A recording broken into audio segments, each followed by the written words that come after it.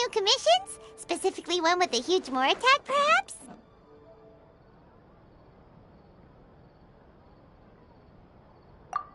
Paimon's just being enthusiastic. We're old friends now, she gets it. It's always a pleasure to see our two most avid adventurers again. Looking for the next challenge, I see. Actually, we do in fact have a rather urgent commission that is still open. Having read the details, however, I don't believe you'd consider it to be lucrative. Don't worry about that. We were just kidding. So what's the situation?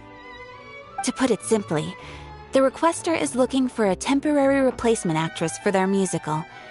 The original cast member ran into some issues and is currently unable to perform the role. But the troupe has also been experiencing some financial difficulties, so unfortunately they cannot afford to pay the replacement actress. That does sound like a tricky situation. So basically they're looking for a volunteer? That's right. Our adventurers reached out to many actresses, but none of them were willing to take the job. There are only a few days left until the performance. If they can't find someone in time, they'll probably have to postpone the show. And delays tend to create all sorts of new problems. Got it. Oh, this one's a doozy. What do you think, Traveler? Any ideas?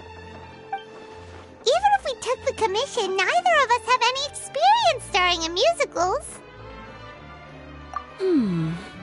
If you're interested in helping, why not start by having a chat with the requester? He's right over there. Maybe you can't fill the role yourselves, but you might be able to help him figure out another solution. Maybe there's something he hasn't thought of. Oh, it's that guy, huh? No wonder, he looks like he just ate a sour lemon. Paimon approves, let's go! Hello there, are you the guy looking for a new actress? Wait, I know you two! Are you really willing to act in my musical? Wow, sounds like we're pretty famous in Fontaine already. But to answer your question, neither of us have any experience in musicals. But we heard that you're in a bit of a bind, so we figured we could at least try to help you think of a solution. I see. It's okay. I knew that asking for a volunteer was a long shot. If we can't find someone to step in, we'll have no choice but to cancel the show. It would be such a shame. That's the thing. We're not some high-profile theater troupe, just a group of amateur enthusiasts. All our sets and props are very crude. We're grateful enough just to get an audience, never mind ticket fees. If we had a way to make this profitable, things might have turned out differently. But now, it looks inevitable that we'll disband. Disband? You're splitting up the troupe? Oh, I guess the lady at the Adventurers Guild didn't tell you? Yeah, this is supposed to be our final show together as a troupe. One last show. And after that, we go our separate ways. So we were really hoping to end on a high note. Nobody wants things to just fizzle out. Not after all the time and effort we've invested into it. Yeah, the leading lady, in fact. She's been dealing with a chronic illness ever since childhood, and unfortunately, it flared up again recently. It really drains all her energy, so she's in no state to perform. The show just won't be the same without her. But for everyone else's sake, I still hope we can find a way to hold the performance on schedule. Got it. We have a clearer picture now. Let's see if we can come up with any ideas. What if we sponsored the show? Traveler, how much more are you carrying? Please, there's no need to go that far. I wouldn't feel right asking such a huge favor, and I can't promise that we'd ever be able to pay you back. Good point. If the actress just goes through the motions for the Mora, that's not exactly rescuing the show. We should find someone who will put on the best performance possible. Oh, wait! What about... you know who? That's how you know we're the best of partners. Anyway, she should have all the free time in the world right now. She's really good at performing, and she was once super popular with the crowd. Performing in a musical should be a piece of cake for her. Who are you thinking of? Sounds like someone famous. Her? You're... That was a joke, right? Nope. Paimon doesn't actually know if she's performed on stage before, but Paimon's pretty confident that she'd be really good at it. You're not wrong there. She has actually performed in a number of big-name shows before. They were one of the reasons she was so popular. But even if she's no longer the Hydro Archon, it's not like she's suddenly a commoner. She's still an idol to many people in Fontaine, including myself. I just think Lady Furina might feel a bit out of place in an amateur troupe like ours. Well, yes, but... Fair enough. I mean, if she was actually willing to, then of course I'd be honored to have Lady Furina star in our show. I'm sure the rest of the troupe would be delighted too. I'm sure everyone in our troupe has probably dreamt of performing on stage with her one day. Of course, it all depends on whether she's interested. She might consider this opportunity beneath her. No point in stressing about that. We'll only know if we ask her. And besides, things are different now. There's no reason for her to be all high and mighty anymore. Thank you for your help. I guess I'll just stay here and wait for the good news. Good luck.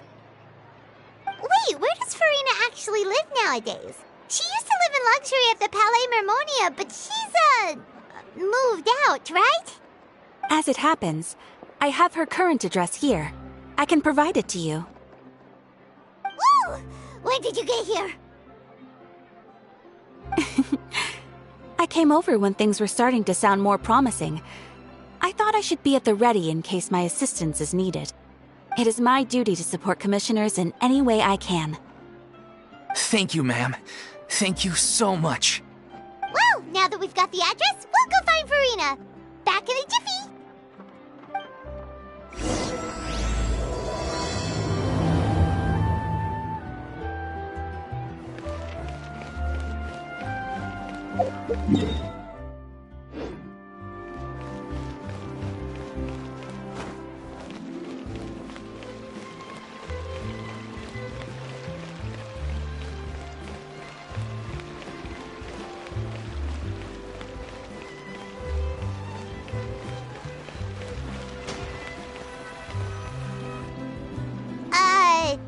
Did Catherine really give us the right address? She lives here? Not that there's anything wrong with this place, it's just, a bit of a step down from the Palais Mermonia. You know, it's common courtesy to make sure the homeowner isn't in earshot when you're denigrating their abode. Ah! Okay, when did popping on a thin air become all the rage? First Catherine and now you? I was just out on a shopping trip. I ran out of macaroni, so I went to grab a few more bags. I used to have a much wider range of choices when it came to food, but now I'm finding that simple, traditional home cooking can be quite delicious too.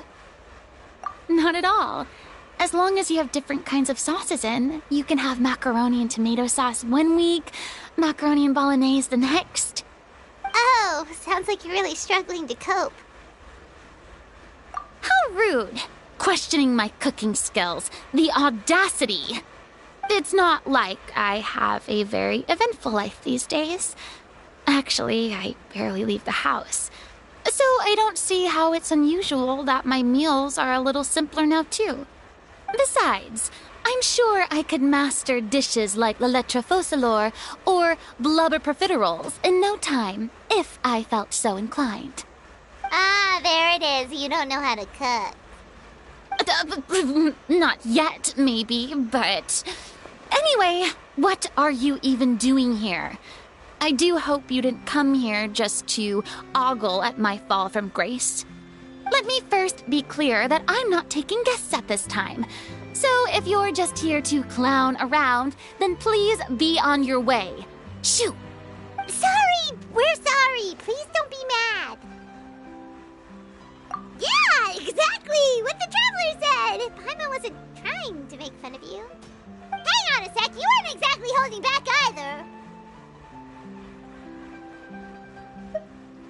my help? Well, maybe you're forgetting that I'm no longer the mighty Hydro Archon. I don't even have a vision, you know. Don't worry, it's nothing that serious. It's just very specific, and you're the one with the power to help! Oh? Well, if that's the case, then fine. I'll spare you the lecture about your attitude just now. So tell me, what specifically makes this matter so specific? Ah, I see. I knew you couldn't have come all this way just to amuse yourselves at my expense. After all, I was once the brightest star in all of Fontaine, well-versed in all the various performing arts. A mere musical is well within my capabilities. But given the present circumstances, I'm afraid I must regretfully decline your casting request. How come? It sounds like this would be a breeze for you.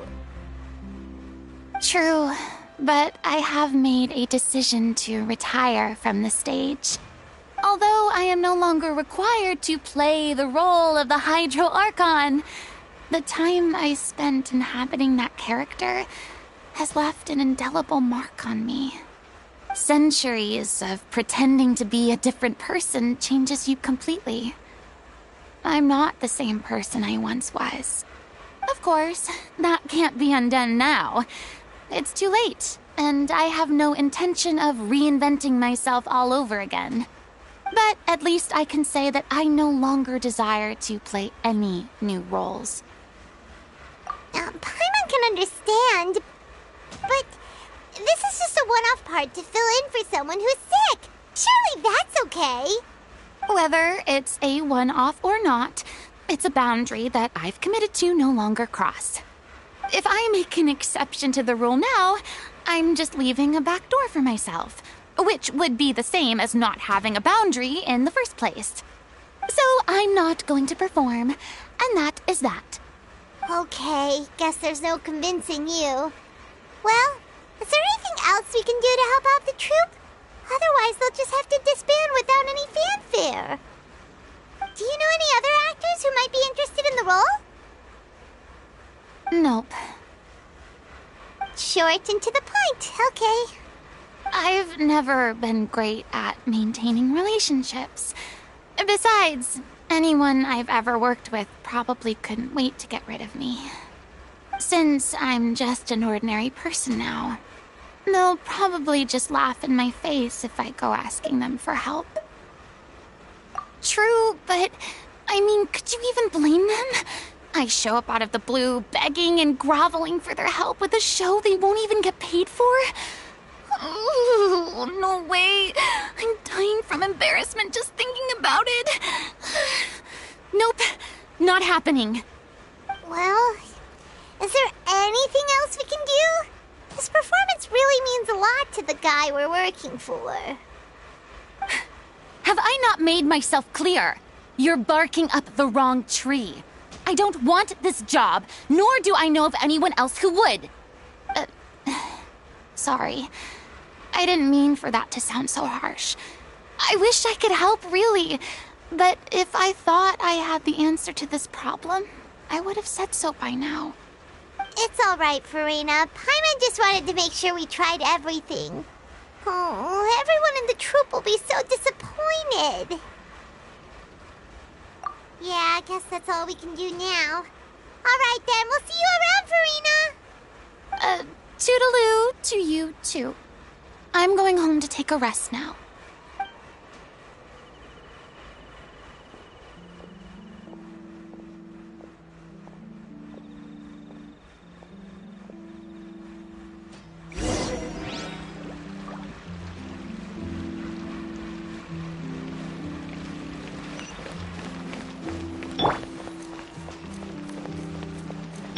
It's too bad, but we have to respect Furina's decision. Maybe the thought of performing brings up too many painful memories now.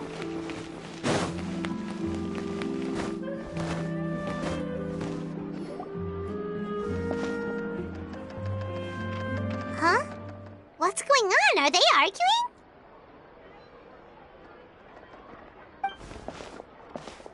That's besides the point. I'll ask you again. Why did you start looking for a replacement without my consent? When did I tell you I'm going to take a step back? You didn't need to say it. We've known each other for how long now? We know the signs. But you never tell us about your illness, even when it's clearly flaring up. And that gives you the right to make a decision on my behalf?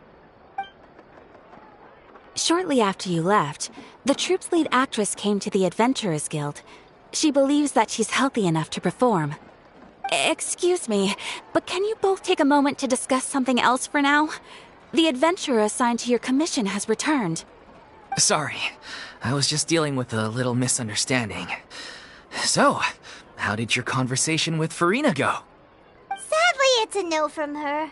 We tried to persuade her, but she wasn't having it. She doesn't want to play the role for personal reasons. I see. Well, circumstances have changed a little, so maybe that's not such bad news after all.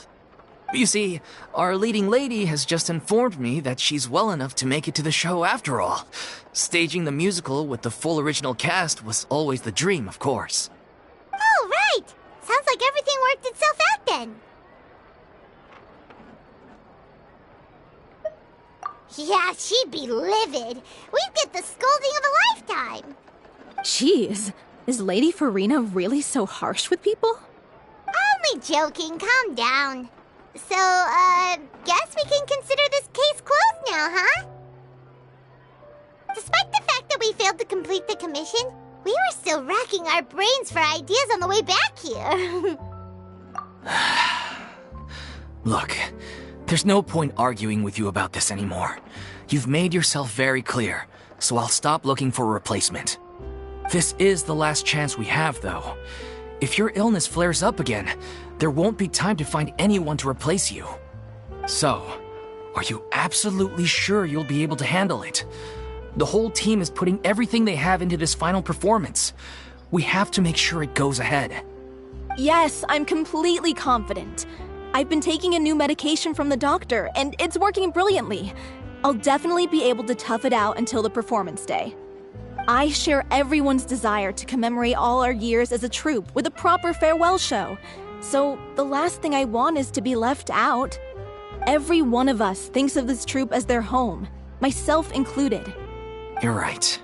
I'm sorry. I let myself get too worried about the show. I should have asked for your permission first. All's well that ends well. Sounds like the show will go on. Sure.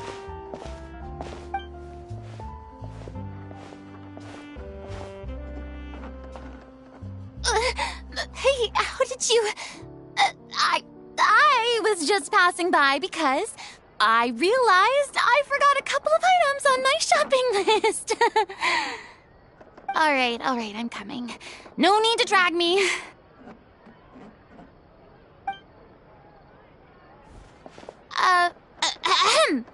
Hello, one and all.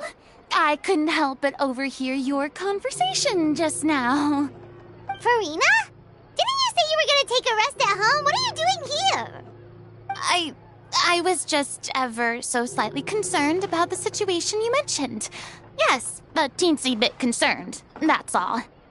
When you came to talk with me earlier, I jumped right to explaining my position and said some strongly worded things. And all before I even had a full grasp of the situation. Anyway, I just feel a bit bad about how it went down. I'm sorry, Paimon. Oh, it's totally fine. Paimon didn't take any of that personally. You really have a knack for asking the most uncomfortable questions, don't you? I felt very sheepish, having had a change of heart after flatly refusing you. And then, to make matters worse, you caught me. But in any case, it sounds like the issue has already been resolved. Yeah. When they said they were gonna ask for your help, I almost had a heart attack. I mean, how could we be worthy of having Lady Furina star in our show? There's no need to think like that. And no need to keep addressing me as Lady. Just Furina is fine. I was wondering, if this troupe is so important to all of you, why does it have to disband? If the difficulties are purely financial, then there must be a solution. You could put the shows on pause while you look for a sponsor, for instance. Everyone seems so devoted to the troupe. I'm sure if you keep chipping away, you'll find a way through. We all want to believe that, but some things are just beyond our control. Everything's been going downhill ever since we lost our director. She was the heart and soul of our troupe. She kept us going. Her name was O'Reilly, and she was the founder as well as the artistic director of our troupe. And tragically, she was a victim in this serial disappearances case. What? That's actually how I recognized these two. It was all thanks to their efforts that the true culprit was brought to justice. But still, no sentence can bring our director back to us. She was a loyal fan of your performances, Miss Furina. They were what first inspired her to get into musical theater. She rallied many people around her who were destitute or had lost their sense of purpose in life, and convinced them to join her troupe. She wrote her own scripts, acted on stage, and mentored each and every one of us. People loved our performances back then. We seemed to be going from strength to strength. Things were really looking up for us. And then disaster struck. Yeah. After that, the entire troupe fell into disarray. None of us know anything about script writing, let alone how to handle the business side of things. We've been doing the best we can. But despite our efforts, things are slowly but surely falling apart. It's agonizing. But ultimately, we'd rather end things now on our own terms than stick it out to the bitter end and watch all our dreams turn to dust. Oh. What a terrible waste. A gifted artist from humble beginnings who achieved so much and no doubt had much more to give. And then her life was so cruelly taken. I suppose it's fair to say then that this final show, besides being your farewell to the stage, is also your final gift for her? Yes, exactly. We all miss her terribly. Well, good thing I followed the traveler here. After hearing this tragic tale, I can no longer stand by and do nothing. Furina. I know what you're thinking, but I by no means plan to cross the boundary I've set for myself. Besides, they're no longer looking for a replacement anyway. I can, however, provide some artistic guidance from the vantage point of a highly experienced audience member. But only if you feel this is something that would help, of course. Oh, most definitely. We'll take any guidance that you can give. We unfortunately don't have any budget for a consultant, though. Will that be a problem? I don't need any compensation. All I'd ask in return, if you're willing, is that you tell me some more about the life and work of your late director. Something I've begun to realize since my departure from the Opera Epiclese is that there's a lot you don't see when you observe everything from on high. The law only judges criminal behavior and does not weigh human emotion. The court's verdict can settle the question of criminal liability, but what about all the unresolved emotions of the parties involved? What happens to them? An interesting answer. But if you ask me, I think all emotion shall ultimately return home to the heart and slowly settle with the passage of time. Take, par exemple, how this troupe pines for their late director. Things such as this I have never witnessed before, and so I should like to observe, perchance to understand. Still a fan of your old dramatic monologues then, huh? You just want to get back in on the action, don't you? No. This is a completely different situation. Pearls before swine. The name's not Swine, it's Paimon! Would you be willing to join me? Come on, take a break from adventuring to listen to a story. Thank you all so much. Our director was a huge fan of Miss Furina's performances, as of course we all are. All right, Follow me. We'll go to our usual practice space. Please excuse the size. It's a little on the smaller side.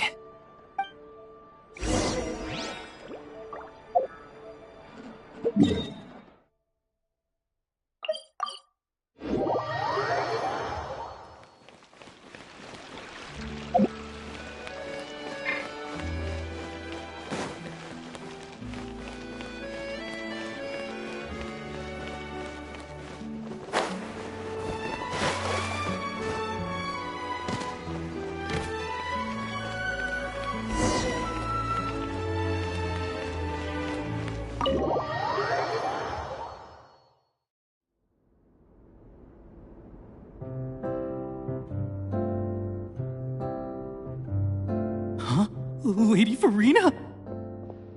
What's Lady Furina doing here? Hello all. Allow me to explain. As of today, Miss Furina will be supporting our production of The Little Oceanid in the role of artistic consultant. These two over here are the ones that made it possible. They kindly reached out to Miss Furina on our behalf. I'm sure they need no introduction. You bet! That was the trial of the century! You helped bring our director's murderer to justice. We can't thank you enough. Oh, please don't mention it. We're just here to join in on the fun. So, you were saying The Little Oceanid? Yeah, that's the name of our final show. It's an unfinished script left behind by our director. One of our greatest regrets is that she never got to complete it. So, if we can bring it to the stage and make it a successful show, we can all take some solace in that. Wait, but if it's not finished, then... Yeah, we've been battling issues on every front trying to realize this dream. Anyway, let me give you a quick summary of what the story's all about. The protagonist of the story is a young Oceanid who transforms herself into human form, despite the protests of her family. She longed to live just like any other human, and sure enough, she found friendship and even love. Everything seemed perfect. But one day, her true identity was exposed, and her world came crashing down around her. So far, so good. A classic tale. What happened after that? That's one of the issues we've been trying to deal with. Unfortunately, this was as far as the director got with her script. We need a proper ending so we can bring this musical to the stage. But people have different opinions on which direction to take it in. We still haven't decided between a happy ending or a true-to-life tragedy. By true to life, you mean the director's sudden disappearance? Yeah, like they say, truth is stranger than fiction. But then there's the question of whether we really want to use the stage to pass our raw pain onto the audience. Exactly. A lot of the time, people come to watch a show just hoping for some light entertainment. We have to consider their emotional stake in this, not just our own. And one last thing. We're still waiting on confirmation from two of our main actors. The first is Paulo, who plays the protagonist's lover. He's locked himself away to focus on writing an ending for the script, but the deadline's passed and we still haven't heard from him. The other is Villemont, who plays the main antagonist. He took the director's death pretty hard. Hasn't set foot in the city since. He did write to us, promising that he'll be there for the final performance, but we haven't seen or heard from him since. So we're not really sure what to make of that. Although, now that we have Miss Furina helping us, maybe we should take the opportunity to get everyone back together. What opportunity? What do you mean? Maybe you're unaware, but your name has always been like a rallying cry for us. Our director was constantly singing your praises. All of us look up to you as a role model. Oh, stop! You're making me all flustered. Although, not in a bad way. I suspect the reason they're dragging their feet is that they have their doubts about whether the show will really go ahead, considering all the issues you've been facing. But one by one, all the obstacles are being removed. Now is the time to rally the troops. Makes sense. Okay, priority number 1, let's check in with Paulo and see where he's at with the ending. He went back to Poisson a few days ago, said that staying in a friend's home might help him to relax and escape the feeling of isolation. I thought the last thing his friend would want right now would be to take visitors, given that Poisson was flooded not too long ago. But I guess it's the opposite. A friend in need and all that.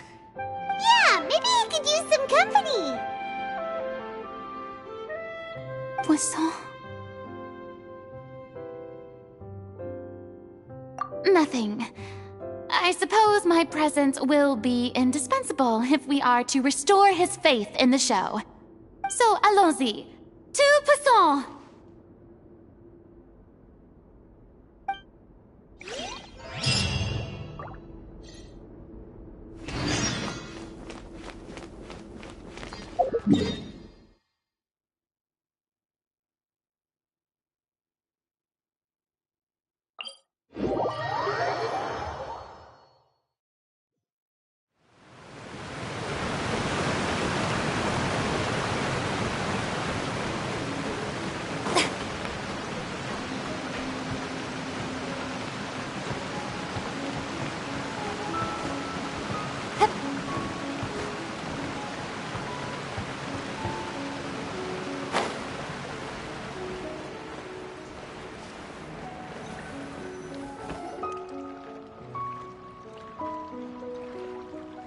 If I remember correctly, this is where he's staying.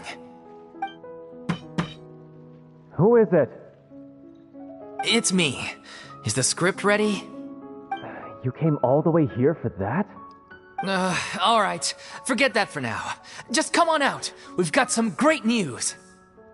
Nice try. Look, just give me some time, okay? I'm just wrapping up this last part of the script. I'll be out once I'm done. Okay then. Looking forward to your masterpiece. So, as expected, he's missed the deadline. The ending is one of the most important parts of the show. Even once he's done, it isn't final until we've all had the chance to read through and make sure we agree on it. Someone told me they'd just seen you in Poisson. I assumed it was a case of mistaken identity, but sure enough, here you are. And Furina, too. I was wondering if we might run into her. So, you're here for Paolo? Looks like he could be a while, so feel free to take a stroll around town in the meantime. I've made all the arrangements already. Oh, it's okay. We can just wait here. Thank you for being so considerate, Miss Navia. That sounds wonderful. We'll take that stroll. Get over here, you! How oblivious are you? How are things in Poisson now? Any better? Things are on the mend, but it's a slow process. Some people may never recover from the trauma they experienced. I'm sorry to hear that. I wish there was something I could do. Please, must our conversations take such a depressing turn every time we meet? We all have painful memories, but we don't have to let them cloud everything we do. And if you're trying to make a new start, perhaps it's best if you don't bring up the past all the time. Thank you for your words of comfort. You make a very good point. But for now, at least, I think I should stay with the way I'm feeling for a while longer. It's okay. These things take time. Moving on from a painful experience is easier said than done. Which brings me to why I'm here. I thought you should probably know that not everyone here is ready to forgive and forget after the Hydro Archon's inaction in the face of catastrophe. To avoid upsetting the peace, I told the townspeople that everyone here is a member of the theater troupe, and that you are just an actress playing the role of Furina. It's not a perfect solution, but hopefully it means you won't have to lie low while you're here. That's so thoughtful of you, Navia. Well, what do you expect? I am the courageous and considerate president of Spina di Rosula, after all, like my father before me. Anyway, that was all. Look after her now. Off we go then. Let's take a look up there. I don't have any friends that I can be frank and honest with, so maybe she's right. You're the closest thing to friends that I have.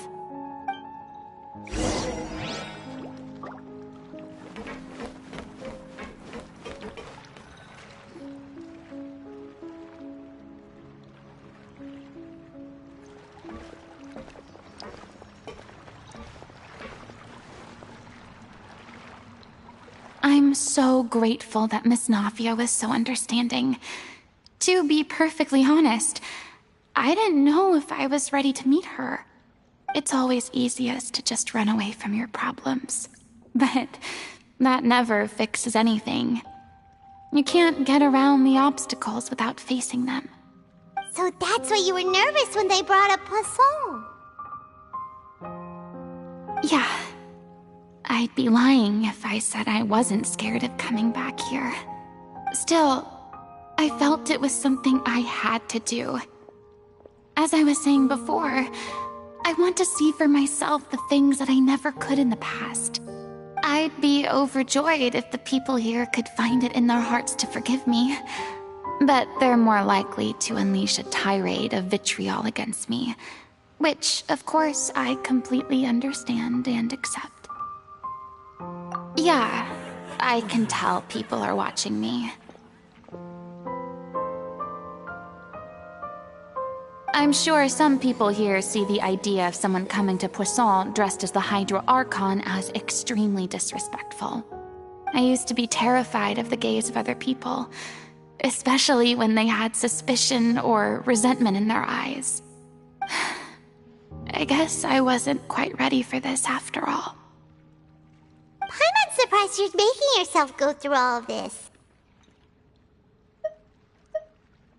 I can't let myself see only the things I want to see. How would that make me any different from before? Look! There seems to be a crowd gathering over there. Probably time we made a move. How about we check out Spina di Rosula's ship? We should have a view of the whole of Poisson from there.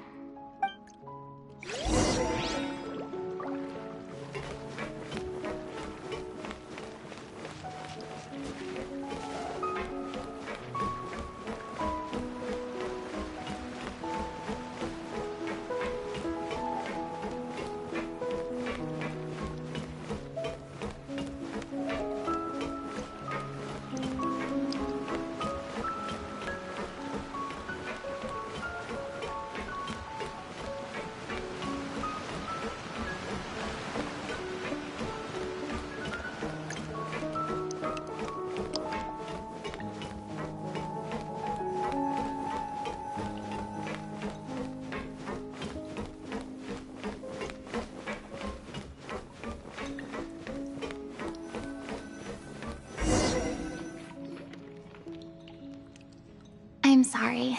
You probably just wanted a relaxing stroll, and here I am dumping all this heavy stuff on you. We don't mind. It's actually refreshing to see a different side of you. Great. Well, I appreciate your company, so please don't disappear just yet. I don't know whether you can tell, but the years of suffering and loneliness aren't the only reason I have a hard time facing up to who I used to be. As I stand here by the ship, I can't get the images of the rising water out of my mind. One after another, people were taken by the water. All those treasured lives and memories washed out of existence in an instant. They thought their god would protect them. They had absolute faith that when disaster struck, a divine power would save them from harm. And all the while, I played my part to perfection to convince them that was true.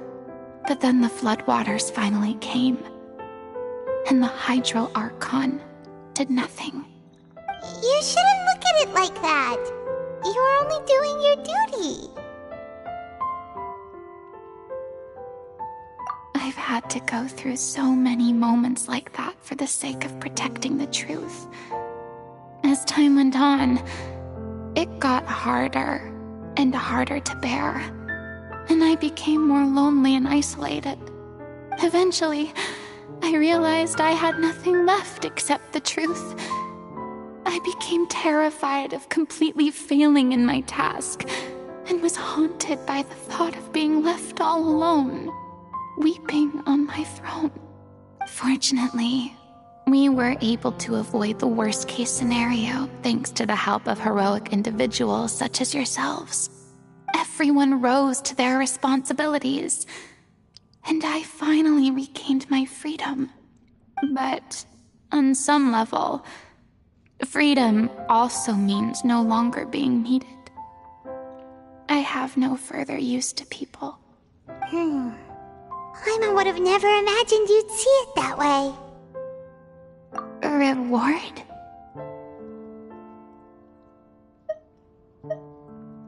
I guess so.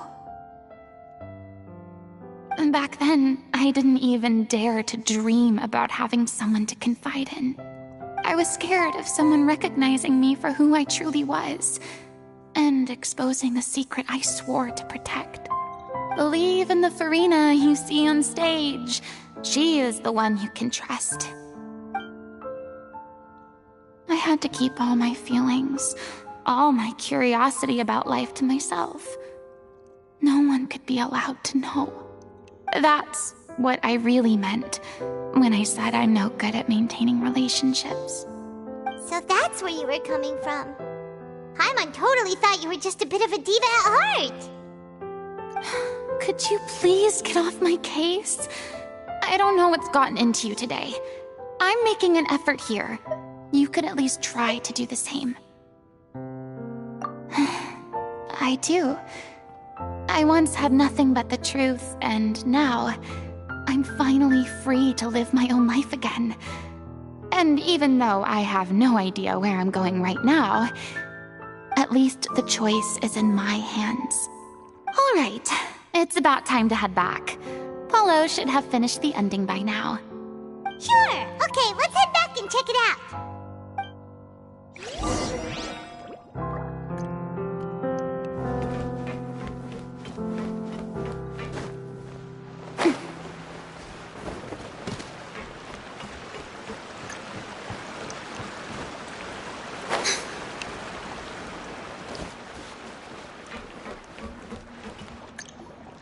Didn't you say you needed to watch what you eat? You're supposed to be cutting down on fried foods, not wolfing down copious quantities of fish and chips, you know? Come on. It's not every day we get to dine at Spina di Rosula's expense. Can you believe how generous she is? I'm not about to pass on free food. Anyway, my character doesn't need to be slim and good-looking. That's your job. Are you kidding me right now? It's not your character's health I'm worried about, it's yours. I've spent my whole life battling the effects of ill health, and it kills me to watch you willingly ruin yours by filling yourself up with junk all the time. Oh no, looks like they're arguing again. We're back! Could you maybe put your differences aside for a moment? Ah, you're back. We've been enjoying Spina di Rosula's VIP treatment in your stead. Paulo's nearly done. We shouldn't have to wait too much longer. Great! So you were discussing your characters, right? We heard she's playing the Oceanid who turns into a human girl. What about you? Me? I'm an Oceanid too. He was originally supposed to take the form of a crane, but he outgrew that role. Well, the costume at least. So now he's playing the boar instead. Sorry. The boar's not a bad character, actually. He's the one who raises the little Oceanid, yes? That's right. He has some pretty memorable lines too, like when he imparts some solemn words of wisdom to the little Oceanid. If you become human, you can reveal your secret to no one. You will face suffering and loneliness. Is this truly what you want? Wait, that sounds kind of familiar. It's the most important line in the whole script. I think it's a symbolic statement about our director's life and legacy. She kept quiet about all the trials and tribulations she faced in running our troupe, allowing us to devote ourselves fully to performing. It was only after she was gone that we realized how tough her job really was. You mentioned earlier that the troupe is like your home. Yeah. I was born with an incurable illness, and once my family found out it couldn't be treated, they decided they didn't want me anymore. I spent some years taking whatever work I could find and trying to manage my illness with various medicines. But whenever I had a bad flare-up, I'd be lying in an alleyway for days at a time. It was like that until the director found me one day. She told me I had a great voice and asked if I was interested in studying singing from her. I said yes. She took me under her wing, taught me to both sing and act, helped me find Mora for my meds, took care of me when my condition decided to flare up. I know it was all a huge burden on her. She sounds like a really incredible person. She really was. She gave everything she had to her troupe and the people in it. All of us were so proud to call her our director. I was a lost child too when she found me. As the child of a murderer, my parents weren't around when I was little, so I got sent to an orphanage. The other kids were always picking fights with me. They'd say things like, "Come on, you must be pretty tough if you're the son of a murderer." It was just to taunt me, though. I was an easy target, and they knew it. One day, I got beaten up so bad that I just couldn't take it anymore, so I ran away. I lost all faith in humanity by that point. Thought the whole world was out to get me. Let me guess. Fortunately, the next person you ran into was the director. Yeah. For the first time in my life, I was somewhere I felt safe. And I promised myself I'd stay here until the day the group parted ways. The day you hoped would never come. How times change. Oh, you're finally done? Get your butt over here. There's someone I need to introduce you to. This is our new artistic consultant, Miss Furina. Furina? The Furina? Oh my god, how did you manage to wrangle that? Please, the honor is all mine. I was profoundly moved to hear about your troupe and your wonderful director. I just wanted to do something to help. Same here. Even so, this is just... Oh, wow. I'm sorry. I'll try to calm down. Now, where was I? Ah, yes, the script, of course. Let me give you a rundown of how the story unfolds in my version of the script. I'm sure you're already familiar with the beginning of the story. A little Oceanid decides she wants to become a human, against the wishes of her family. She finds love and friendship in the bustling city. But then, disaster strikes. The people start to notice that all the fresh water in the surrounding area is slowly disappearing. The soil is becoming arid, plants and flowers are withering, and the people begin to panic. The little Oceanid, Cleo, and her lover decide to do something about it and investigate the truth of the matter together. In the end, they discover that all the waste and pollution created by humans over the years has caused the fresh water to flee the land, as if driven by a consciousness of its own. Consciousness? You mean the water is sentient? Water as a conscious entity. There's actually quite a few stories that explore this theme. Since the little Oceanid is a water spirit, she immediately understands how the water is feeling. She then tells her lover about her true identity, as well as the truth behind the crisis. Her lover accepts her for who she is, and works with her to find a way to bring the water back. However, unbeknownst to them, there were some people eavesdropping when she revealed her secret. The little Oceanid is accused of being directly responsible for driving the water away. and faces the greatest dilemma of her life. And then? In the end, she makes the brave decision to sacrifice herself to save her lover and the rest of humanity. Huh? But didn't they all treat Cleo like a villain? Why would she want to save them after that? Well, she mainly wanted to save her lover, plus everyone who'd stood up for her. Through her love for her human partner, she was able to find an even greater love, one that extended to all of humanity. Surely the biggest strength of Cleo's character. There's actually something else that bothers me. You know the protagonist is supposed to represent the director, right? And she never had the chance to become a hero in our world. If we're serious about dedicating this show to her memory, we should make the ending as true to life as possible. What about if the little Oceanid is hounded to death by people who hate her, her lover makes sure her secret never gets out, and humanity continues down the path to extinction? That sounds like too cruel of an ending to me. And perhaps a little irresponsible to present to the audience. That ending would be a perfect mirror to Director Aureli's death, both arbitrary and meaningless. On the day when she went missing, Director Aurelie had instructed us all, somewhat out of the blue, to leave the court of Fontaine and wait for her outside the city. We waited and waited at the rendezvous point, but she never came. By the time we returned to the city, she disappeared without a trace. We looked for her. The Gardamex looked for her, but she was nowhere to be found. Increasingly, all the signs seemed to point to her being the latest victim in the serial disappearances case. The director was the kindest soul in the world, yet she was senselessly sacrificed for the sake of a so-called experiment by someone who had nothing to do with her at all. But doesn't the way she suddenly told you to leave the city suggest that maybe she had some sense of what was about to happen?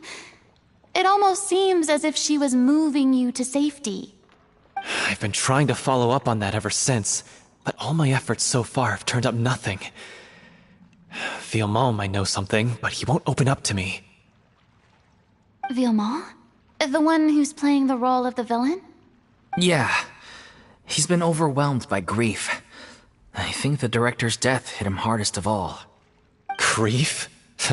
Guilt, more like. Also, I have a hard time imagining that anyone took it harder than me. Because, well, speaking of the play being true to life, I was deeply, madly in love with Aurelie. What? You kept that one quiet. It's time to be upfront with you all. No more keeping secrets from each other. We'll never be able to agree on the ending if we can't be honest about how we feel. I did tell her how I felt once, but she turned me down pretty much straight away. She said that we were all like brothers and sisters to her, and she'd never considered us as potential romantic partners. Not that it came as a shock or anything. It was what I was expecting to hear. So I told her I'd always be there for the troupe, and I'd always be there for her. I said, maybe one day in the future, when everyone's settled into their own lives and on the up and up, and managing the troupe no longer required her constant attention, well, maybe then she could reconsider what she really wanted in her life. And now, that day will never come. Oh, Paulo.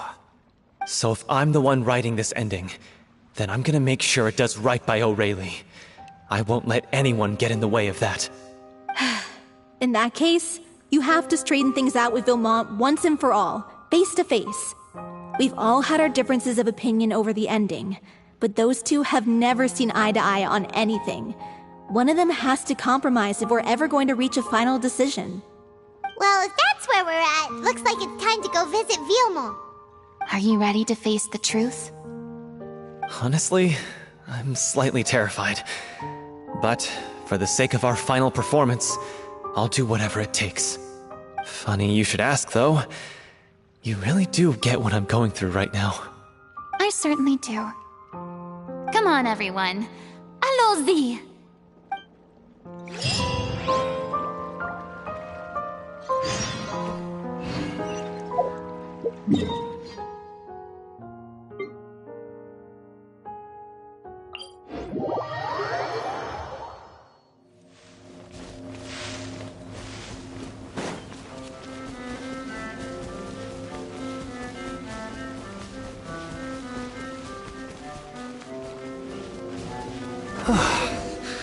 This is tough going.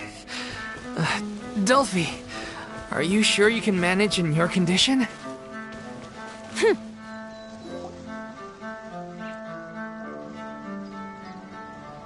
As if this journey wasn't tough enough already without a roadblock.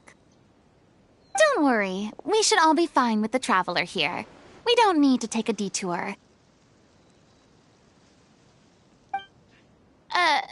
Wait, why are you all looking at me?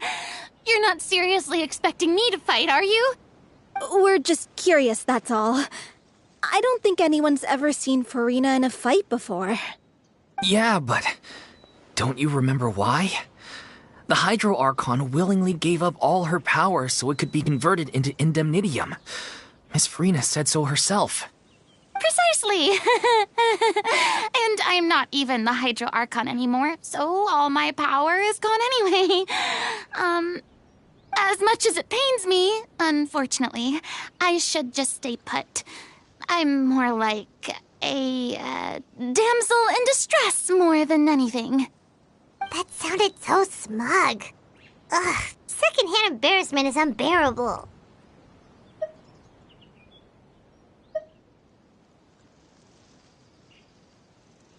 C'est la vie, indeed.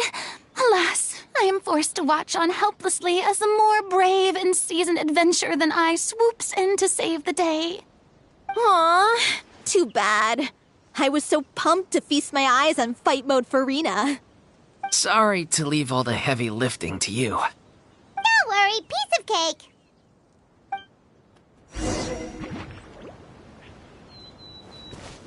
Yoo-hoo! Our bond is strong. Fire hazard!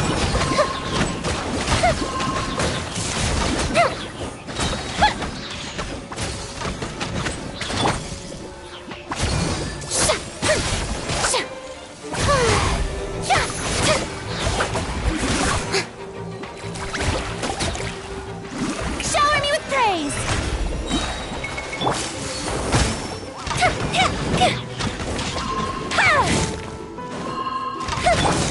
Stand with me! Lightning, terrified!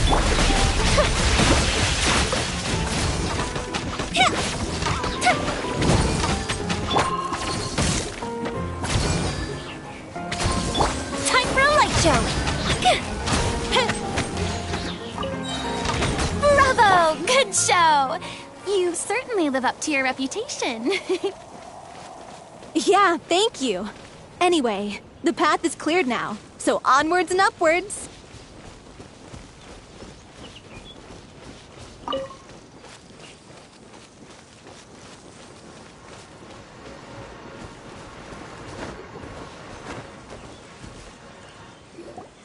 Vilma, are you there? Huh? Oh, it's you guys. Wait, what's Lady Furina doing here? I can explain. We've been rounding up the whole troop. We now have everyone except you.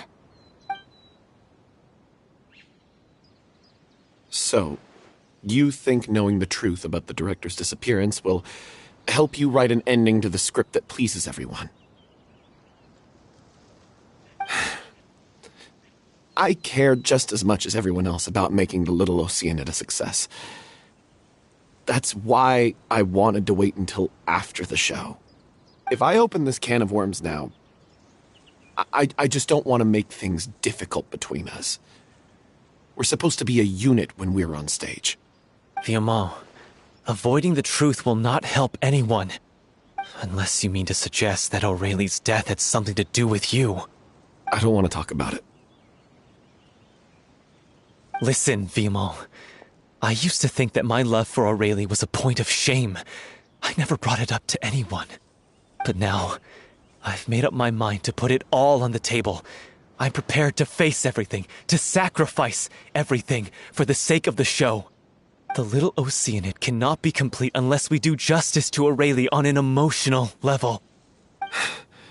This is why people think of you as not being the smart one. As you all know already, the troupe was kept afloat not from ticket sales, but donations from the audience. Of course, that was nowhere near enough.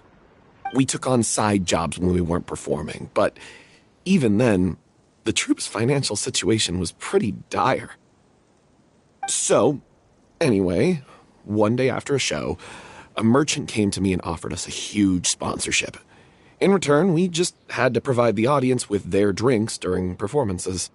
It seemed like a win-win, so I said yes to it on the spot without consulting the director. It was only when the merchant came to deliver the goods that I realized the drink in question was synth. Isn't that the drink peddled by the culprit behind the serial disappearances case? I freaked out when I saw the boxes. And I told the director everything right away. She was completely shocked as well. But she didn't reprimand me for making the decision without consulting her. Instead, she contacted the merchant and stated that the troupe could not agree to this collaboration. The merchant was furious, berated us for going back on our word, and threatened to sue us for damages. The amount was astronomical. There was no way we'd be able to pay. And then? I was going to sort it on my own, but the director stopped me. She said that this was an issue for the whole troupe, and it wasn't my fault. But things only got worse from there. The synth merchant just wouldn't let up, and then suddenly the director told us all to leave the city one day. I knew then that things must have reached a boiling point. I admit this whole thing was my mistake. I didn't dare to tell any of you the truth back then, and after the director disappeared, I was even more afraid to say anything.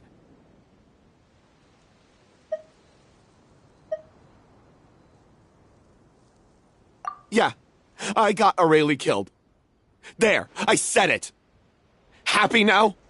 Hey, don't say that. You traitor! You knew Aurelie was in danger. Why in God's name didn't you tell us? What do you mean, you were afraid? This was a life-and-death situation. We could have saved her! How could you be so stupid? Please, try not to get too worked up. Yeah, listen to him. You need to stay calm. Stay calm? How can I stay calm? This guy got Aurelie murdered. She was the love of my life. And he has the gall to try and high-road us, claiming that he kept his mouth shut for the sake of the show. How about taking some responsibility for what he's done? All I can say is I'm sorry. Truly. I wanted to apologize to everyone in the troupe, but that won't bring back the director. What good is my apology now? I'm just a coward who made an awful, terrible mistake that I can never take back. Beat me up if you want. Kill me if you prefer. It's what I deserve. End my life. So I can meet the director and apologize to her in person. Get out of my sight. Go, get lost. I don't ever want to see your face again. That's enough! You've screamed and shouted at each other for long enough. Now pipe down, both of you! Can you stop conflating the show on stage with your real-life relationships in the troupe? You keep saying that you want to use this final performance to pay tribute to your director and celebrate her life. How can you do that if you're just using it as an excuse to vent your own emotions? You're right. I'm sorry.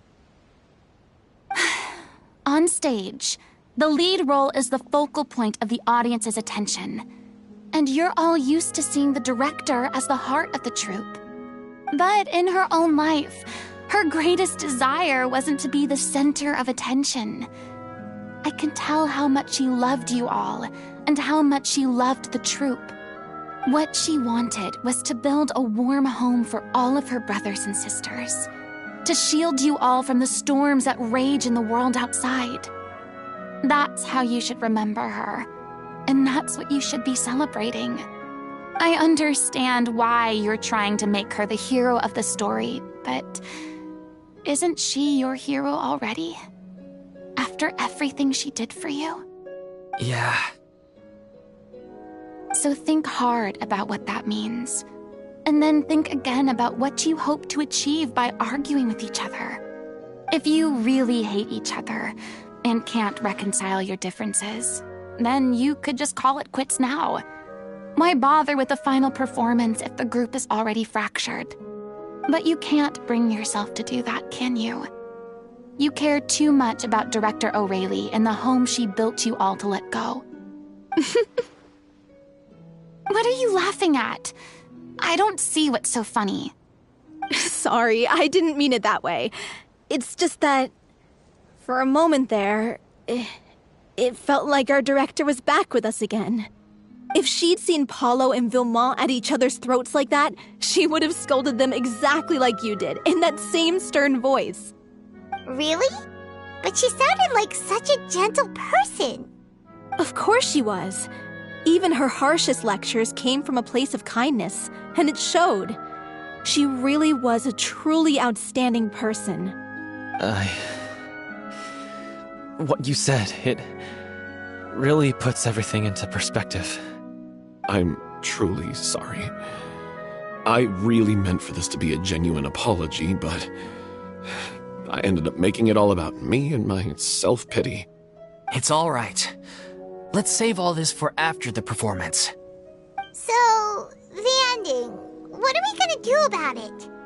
Clearly, everyone needs to take a step back for now and reflect on what really matters. When emotions are running high, things get lost in the fray. The end of the story needs to focus back on O'Reilly herself. She's the true star of the show. What do you mean? The Traveler is right. You once investigated that underwater synth base and recovered items belonging to the victims. If you could find anything that O'Reilly left behind, perhaps we can get a better sense of what she went through in her final days.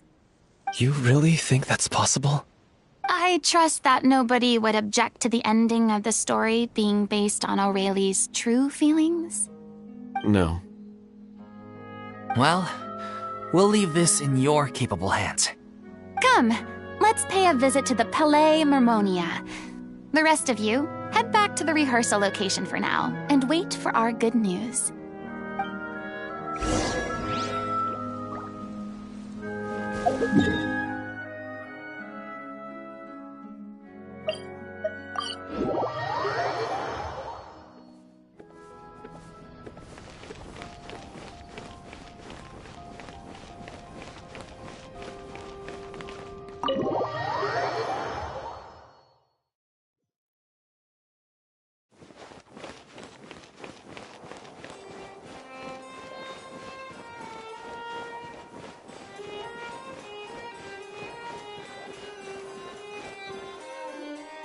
You want to review some recovered items connected to victims of the serial disappearances case?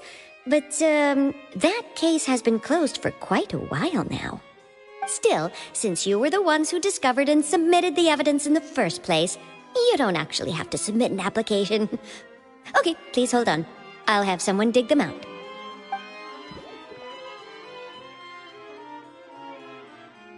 So, this is all O'Reilly left behind. Just whatever she was carrying on her person and this tattered old notebook.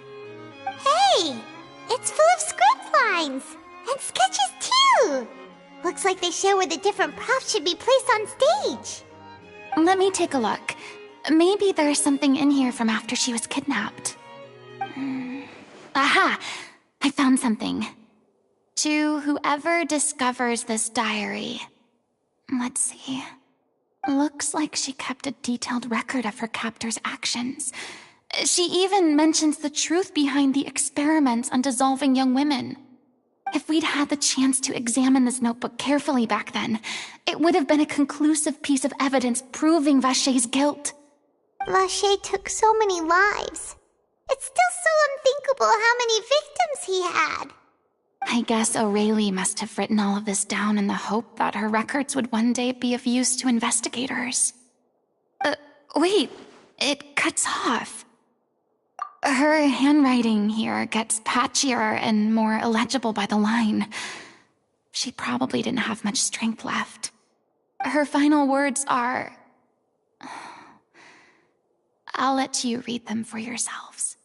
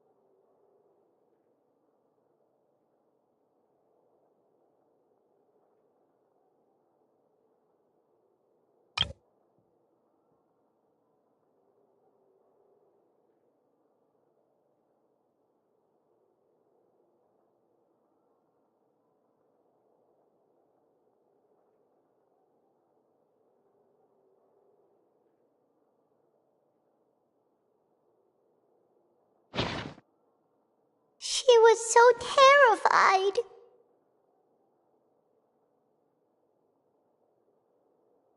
She may have been a mighty hero in the eyes of her troop, but at the end of the day, she was only human.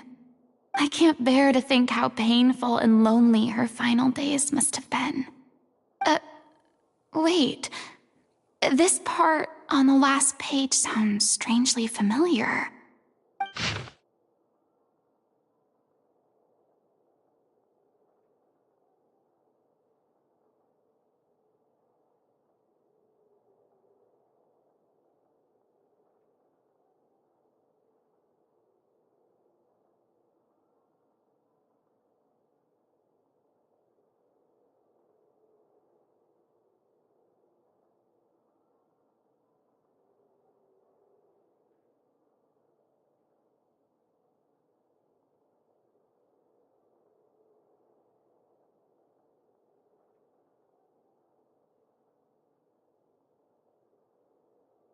If you become human, you can reveal your secret to no one. You will face suffering and loneliness. Is this still what you want? Isn't that the most important line in the Little Oceanid? Because I am an older sister to them. Oh. So she didn't regret her decision. Even as she sat in silence, waiting for death to come. I'm sure this is what the troupe would have hoped to hear as well. She had their utmost trust, admiration, and love, and she truly deserved it. Let's go. It's time for them to learn Director O'Reilly's final thoughts.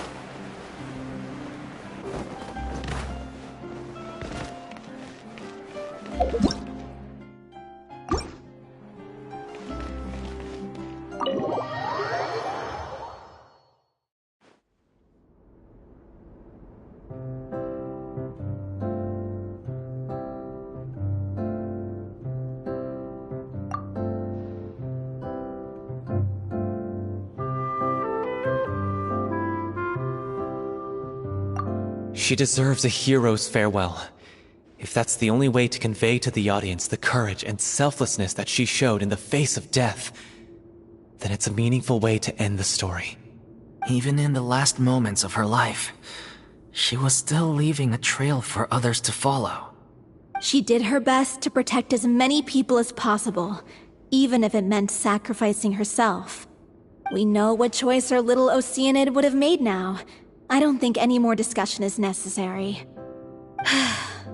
Well, Vilmont, if we put the past aside for now, do you think you can bring yourself to go ahead with the show? I will channel all my regret and put it into my performance, to make this a show worthy of our director. I won't ask for your forgiveness, and you don't need to worry about my feelings.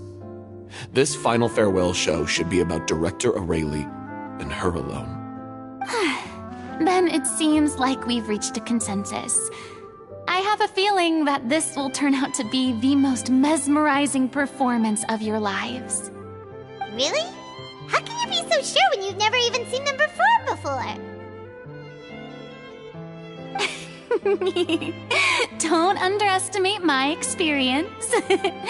After watching a countless number of musicals, I've learned one important thing. If you want to move the audience with your music, you must fully commit and immerse yourself in your role, pouring all your emotion into your performance. And aren't human emotions, love, hate, regret, and hope, just the most mesmerizing things in this world? I don't believe anybody could be more committed to bringing this story to life on the stage than they are now. Thank you for the vote of confidence, Miss Furina. And thank you for supporting us through all this. Then, let's not delay things any longer. We need to discuss the details of the ending and get it nailed down once and for all. Actually, before that, I'd like to make a proposal. During the curtain call, please allow me to use the director's name instead of my own. Huh? But then... After all, this role was originally meant to be played by the director. I'm just filling in for her. Besides, a role commemorating her life should be associated with her name. Well, if you're sure you're okay with that, I have no objection to it.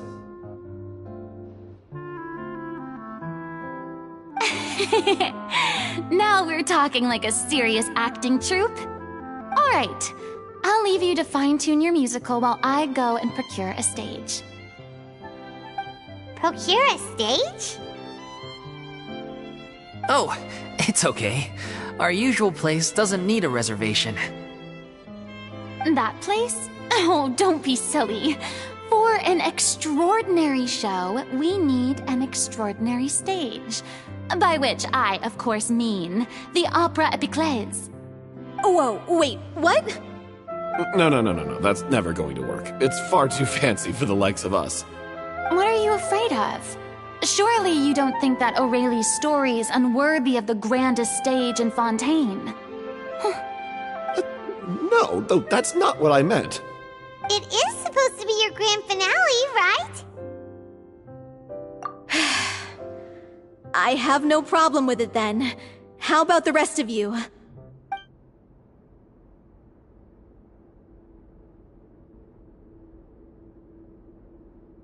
I'll take your silence as a yes. Thank you for giving us this opportunity. It really is a dream come true. Well, then don't disappoint me. If you mess this up, it'll reflect poorly on me too. Come on, we'll need to get the go-ahead from Nerilette. I know just where to find him.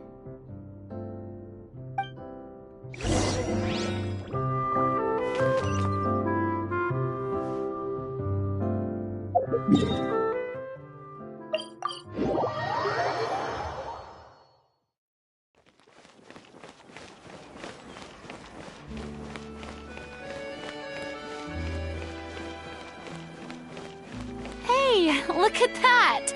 Looks like I guessed right. You were just guessing? I knew you'd be here. I'm here merely for a short break. It has been a while, Miss Furina. And you too, Traveler in Paimon. What might I assist you with today? I would like to book the Opera Epiclese for an event. You see... I understand. The process for booking the Opera Epiclese is complex and can be somewhat cumbersome. But given that the request is coming from the three of you, I see no reason to make things unduly difficult. The story of the Little Oceanid is most fascinating. I'm looking forward to seeing it performed on stage. I will say, however, that I am surprised to see your passion for the performing arts rekindled after all that has happened. Huh? What do you mean? Do I look excited? Yes. And this is the first time that I've seen you like this since your departure from deityhood. At first, I just felt bad about rejecting them. So I wanted to learn a little bit more about their situation. But one thing led to another, and... well, here we are. In the past, we sat in our high chairs in the court, giving our opinions on isolated cases, all while knowing very little about the human stories behind each and every one. Maybe it's because I finally become an ordinary person and gained my freedom, but I've developed a great sense of curiosity about their lives. I am truly delighted to see you find a new lease on life. Now that you've regained some confidence, have you had any thoughts regarding a return to the stage? Why would you suddenly ask a question like that? Well, if the Little Oceanid turns out to be a great success, it will no doubt become a classic. Many theater companies are certain to add it to their repertoire. The experiences and decisions of the protagonist Cleo are all modeled after your own. Naturally, this makes you eminently suited to playing the leading role.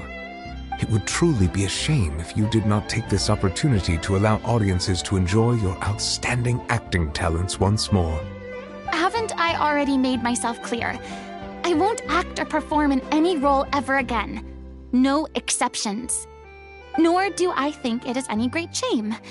There is no lack of fine actors or inspirational stories, either on or off the stage.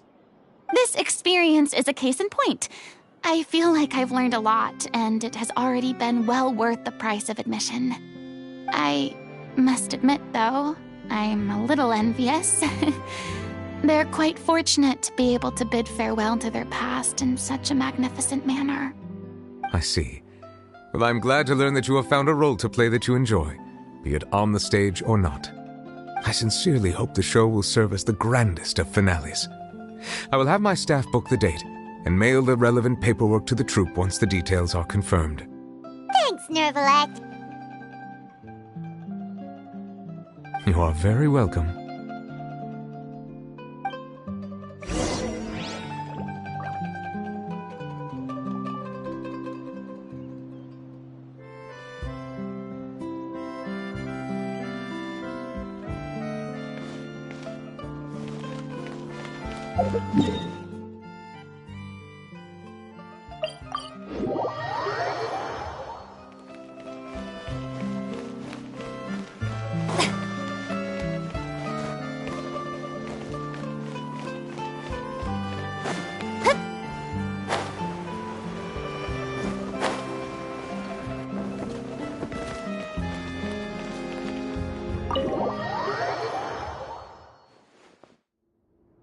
Good news, everyone. It's done. The Opera Epiclese is booked. Thanks to my eloquent and impassioned speech, Monsieur Nervalette was moved to provide us with a fitting stage for this special performance. We've had to fight every step of the way for this opportunity, but we now have all of the ingredients necessary to stage a truly spectacular performance. A touching story, a magnificent venue, and last but not least, a passionate and dedicated cast. Now, let's work together and make this show the best it can be. This is truly wonderful. The sooner we can finalize the ending, the more time we'll have to rehearse. Fiumali and I just went over some parts of the script and tweaked a few things. I think it's really going to resonate with the audience now. Wow, you two had a constructive conversation? That's great! Communication is vital to any good performance. Look at us! We've come so far. I never could have pictured this scene a few days ago. It's amazing! Even though Furina's still being a bit of a drama queen about it all, she's really fired everyone up! Please feel free to give us any comments or suggestions you have. We really value your input. Hey, Loic, get over here. Time to practice the opening number.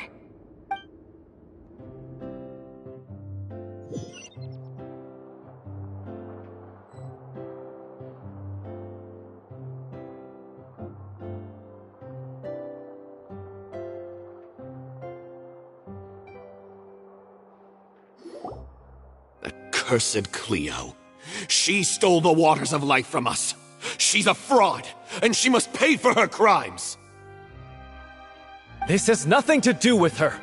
The ignorance and hatred of our people is to blame. How can we hope to win back the water's favor if we don't change our ways? This guy could be useful. Take him hostage. If Cleo wants him back, she'll have to show herself. Leave this place, oh little Oceanid, and never, ever look back!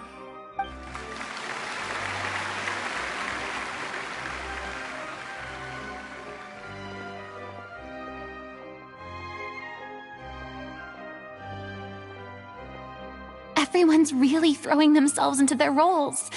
I haven't seen such a fine performance in a long time. If only... What should we do? It's almost time for her to take the stage! Why does it have to be now? Hey, what's going on? You're due on stage any second now. Oh no, not again. But why? What about your new meds? Did they stop working? They've been getting less and less effective over time. I've had to keep increasing my dose. What? I thought they cure it. So they were only managing your symptoms? I figured whatever it took to get me through this final performance. How could you do this to yourself? And after that lecture you gave me about not looking after my health. I'm sorry. I've let everyone down. You... This is a conversation for another time. How can the show go on without its star performer? Miss Furina, I'd like to make a request of you. Say no more. If you're sick, you need to rest. I know what you're going to ask. Loic, your character has no more scenes, correct? Oh, yeah. I think my scenes are all done. Although, I do have one more line. But I guess another guy in the troupe with a similar voice register could take it. Why? Please take Delphi back to her place to rest. I'll sing the finale. From the sublime to the ridiculous. After all that, everything's come full circle. Thank you, Miss Furina. I'm so sorry to put you in this position after everything you said. Never mind. What's done is done. It's really my own fault for getting in too deep. No one likes regrets, myself included. Leave it to me. I've watched you rehearse so many times that I've learned Cleo's part by heart. I do not doubt your acting skills, but please allow me to ask just one more question. After all, this show is dedicated to the life and legacy of our director. What, in your opinion, is the reason Cleo shines so brightly? It's her pure heart. Despite all the pain and loneliness she had to endure, she never once stopped believing in the beauty in this world. Well said.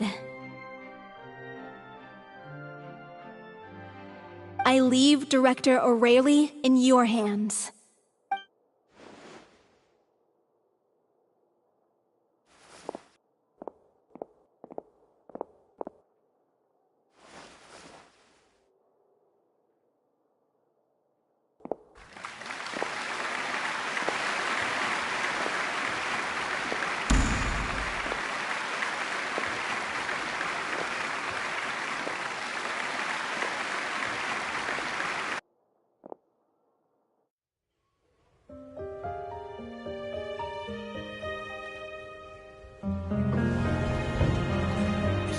yet?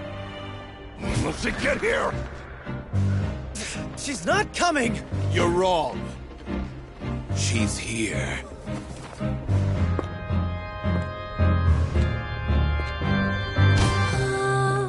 Si je pouvais vivre dans l'eau, le monde serait-il plus beau? Me pardonneras-tu, ô chère mère?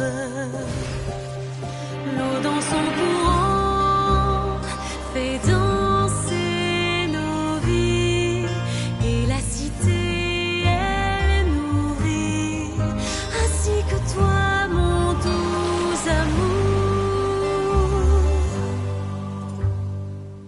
But what about your wish? My wish?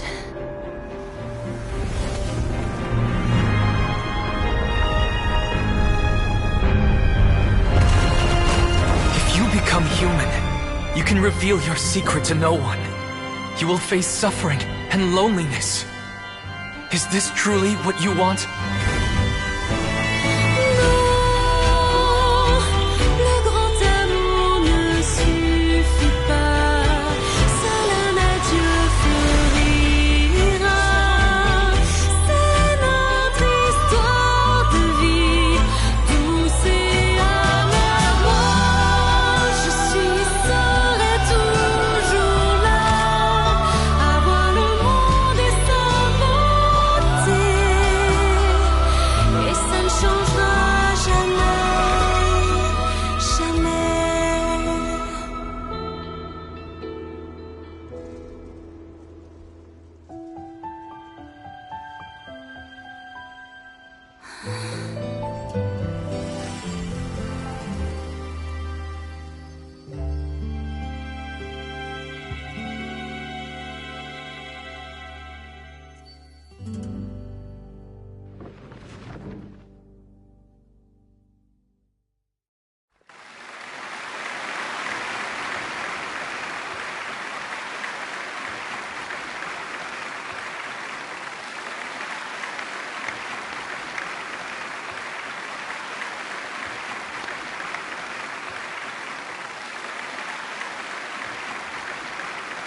Is it just me? Or was that Lady Furina on the stage just now? She hasn't been seen for a while now, and she just appears out of nowhere? Gotta say, though, her acting skills are as superb as ever. The little Oceanid, Cleo, played by Aurélie Fumont.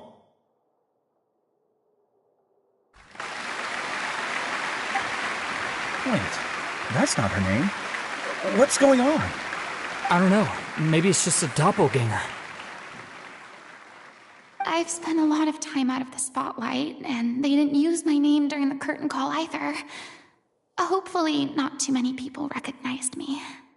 It's too bad that I had to break the one clear rule I'd managed to make for myself, even if I had no choice. Still, I have to admit that, despite everything, it felt good to be back on the stage again.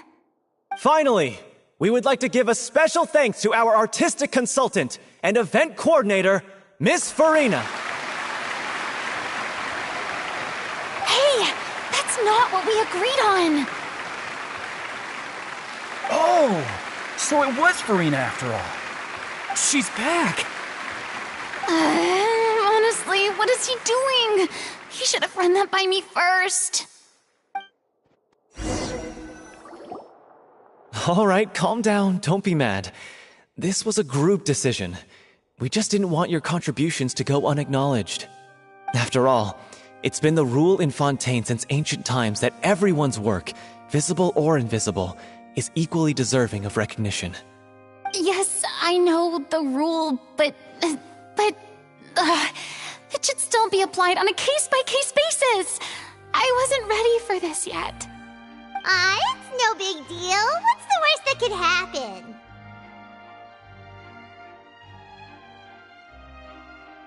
Oh, yeah? Well, since you think it's so easy, you can sign them for me. This is a great chat and all, but can we talk about that crazy thing that happened during the show? It nearly gave Paimon a heart attack. Paimon flew over to where she was supposed to be and was about to drop the prop vision, and then suddenly, a real one popped out of thin air! Oh, that. I've got no idea what happened there either. But hey, it worked pretty well, didn't it? I'll bet the audience has never seen such a realistic prop. Wait, what about Dolphy? I wonder how she's doing. Oh, let's go check on her as soon as we finish clearing the stage. Yes. Plus, she'll definitely want to hear how the end of the show went. If nothing else, we can safely say that we accomplished what we set out to do.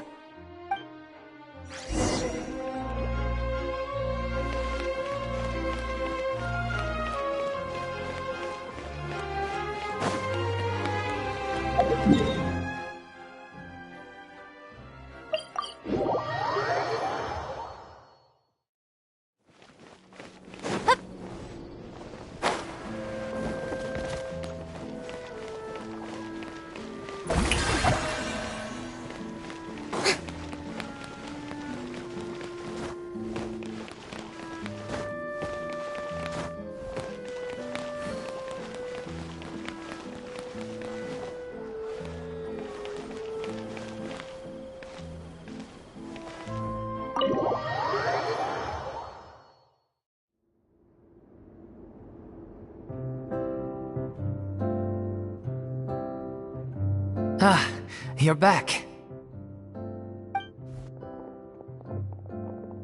She's doing okay. Her condition stabilized after taking some of her original medication. From experience, though, I'd say she still needs a few more days of rest. How did the performance go? Was it a success? Did the audience like it? You'll be glad to know it was fantastic! Also, you're not gonna believe what happened while Furina was on the stage! You'll probably be able to read all about it in the Steambird first thing tomorrow morning! That's wonderful. I'm so sorry I failed to see it through to the end. I guess I was wrong to try and tough it out to begin with. No, don't worry about it.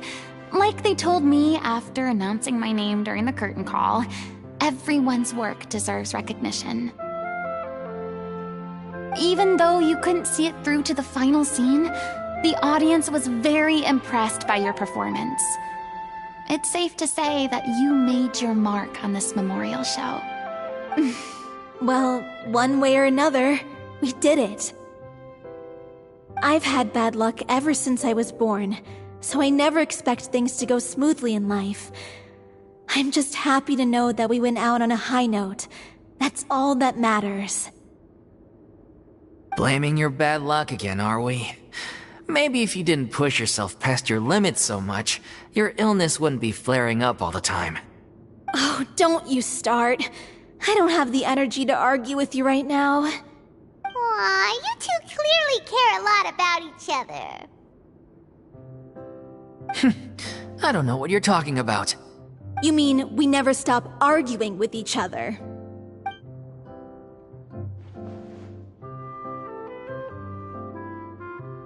So, any plans for the next step? After the brilliant performance you put on, the reputation of your troupe is sure to spread through Fontaine like wildfire. You won't have to disband if you don't want to.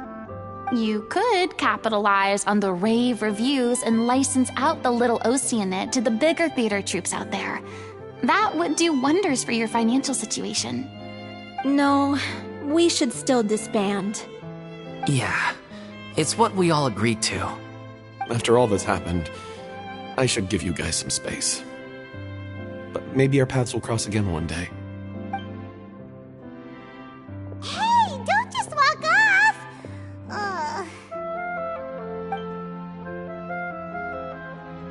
I still want to keep performing, so I might join another troupe. After watching Miss Furina's performance, I think I'm starting to understand our director's infatuation with musicals. You should do it. It suits you. I'd originally hoped to keep performing too, but I don't know if my health will allow me to.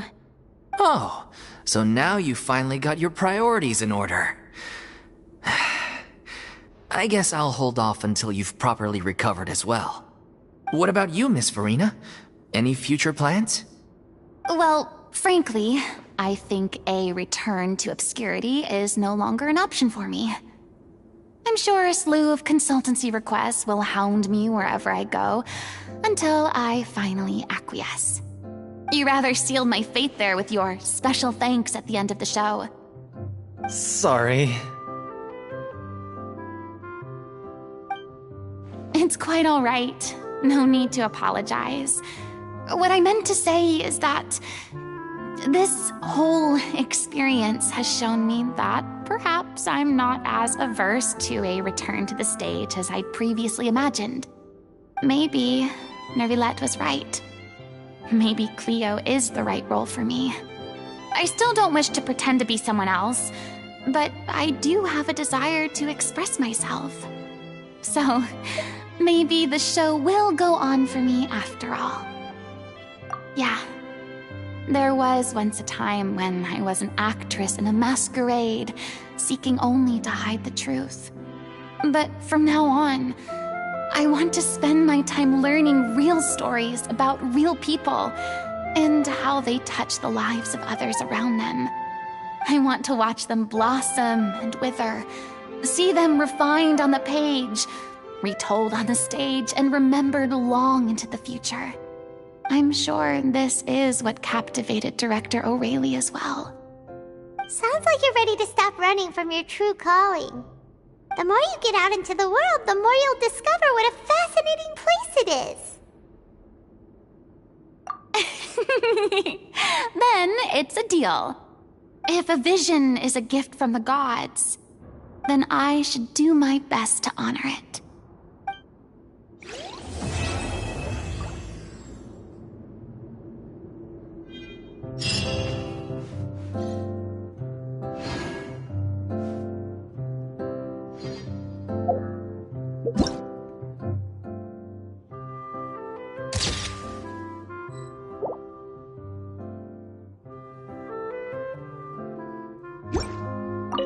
It's ironic to think that in my whole time as a god, I could only ever dream of receiving this kind of power. And now that the gods have given me their blessing, it actually feels more like I'm finally able to take my fate in my own hands. Is that how humans feel about it as well?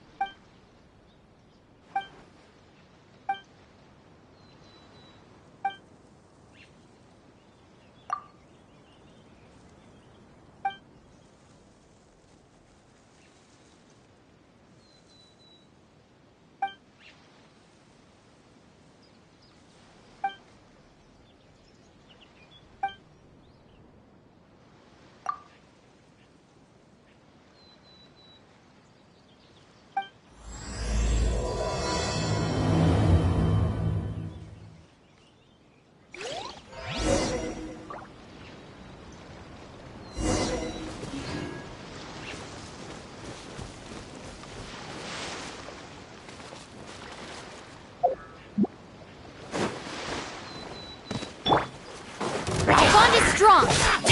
Smiles. Fire hazard.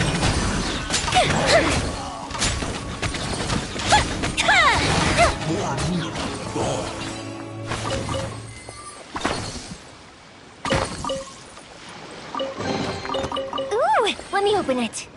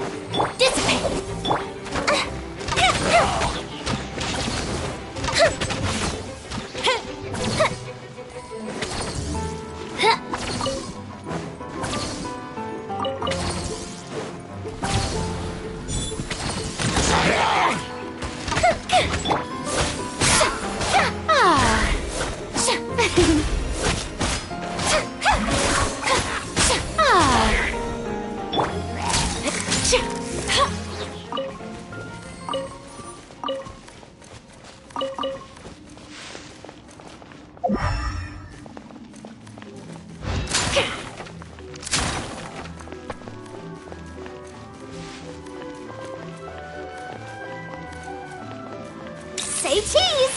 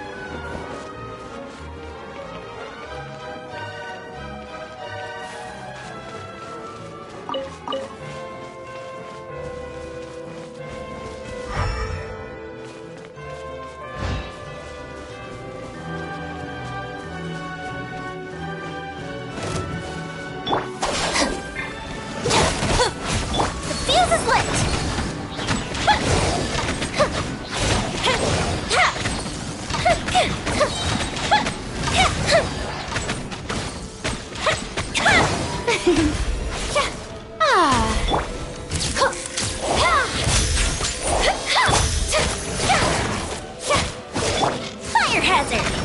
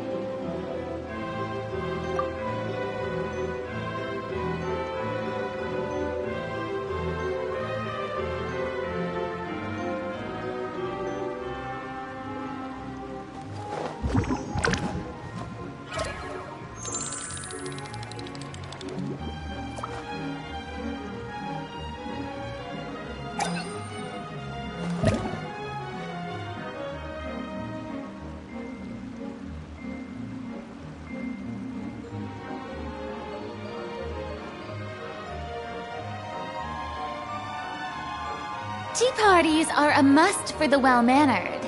If you'd like to learn the proper etiquette, I'd be happy to teach you.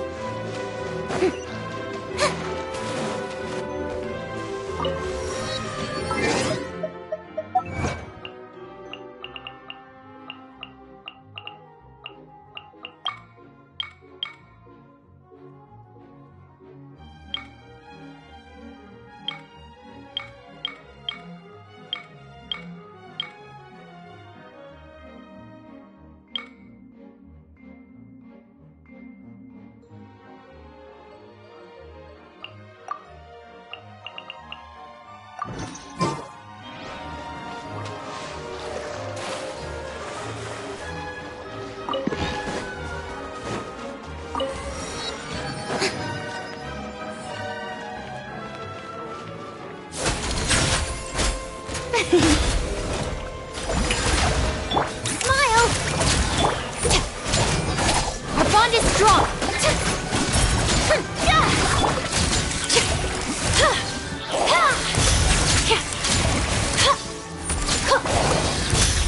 Say cheese! Shower me with praise! Stand with me!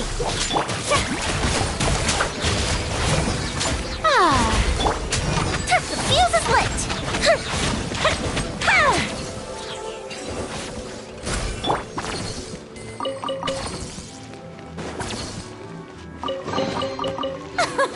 Splendid!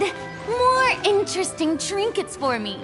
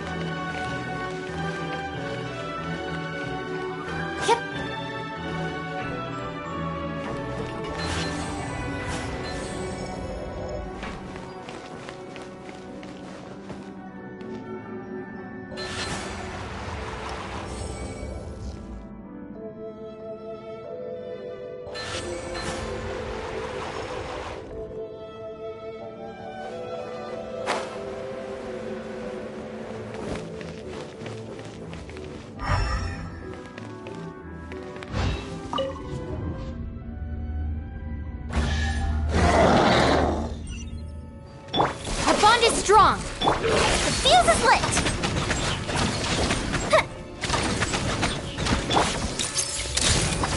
Breaking news! The show begins! I'll settle this! Hold that pose!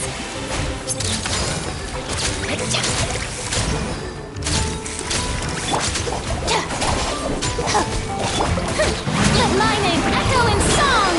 Strike a pose! Time for a light show!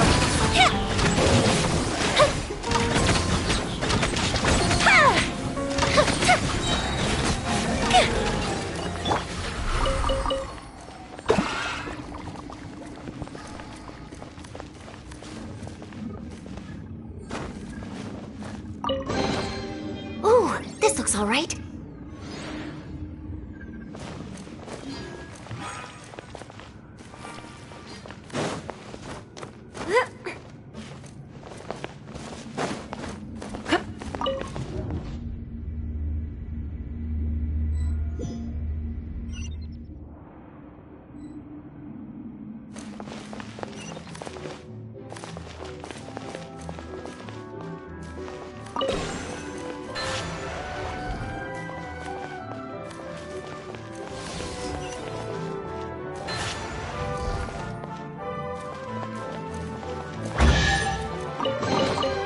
I wish I could interview whoever left this stuff here.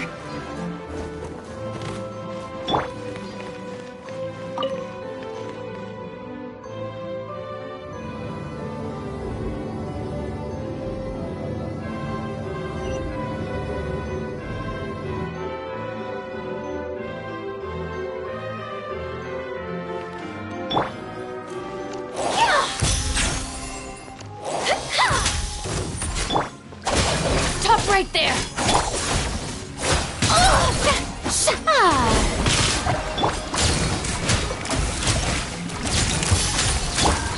The fuse is lit!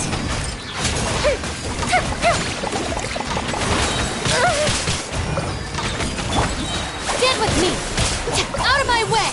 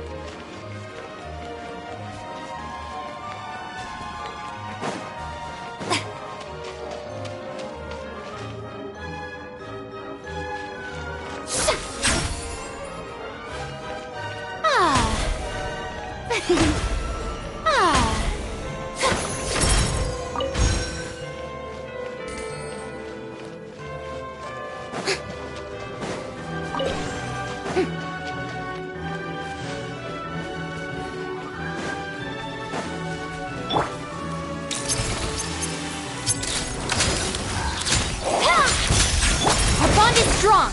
The fuse is lit!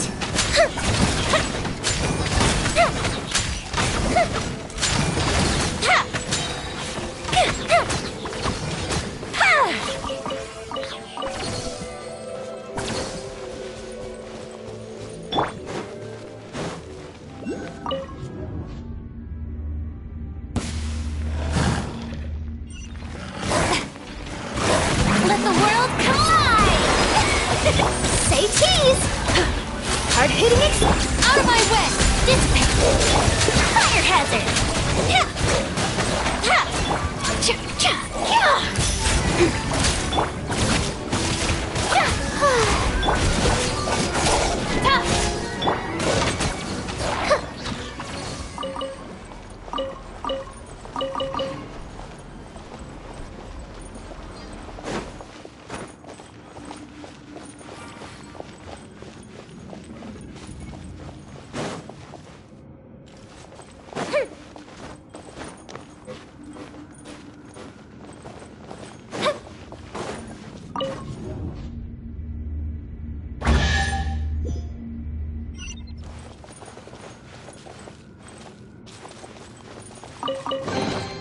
What do we have here?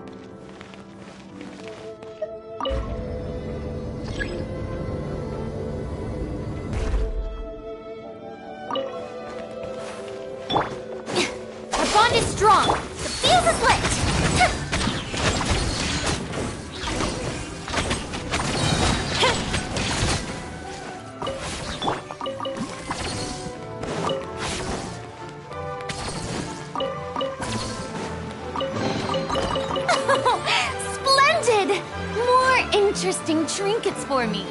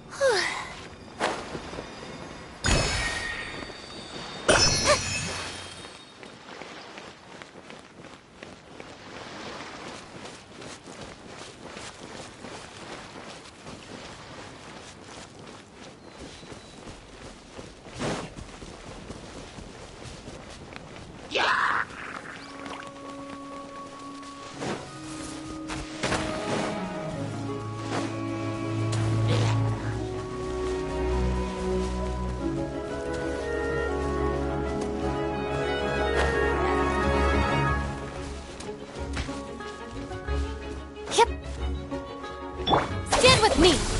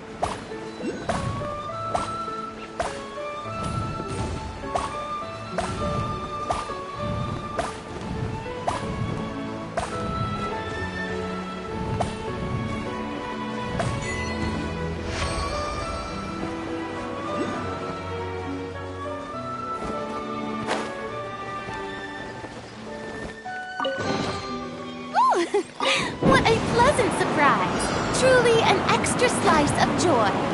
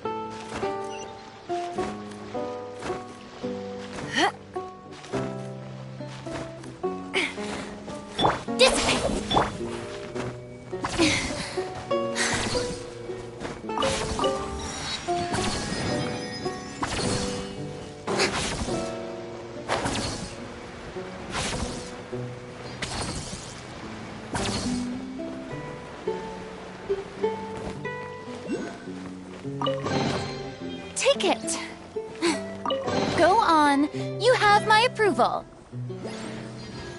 Shower me with praise!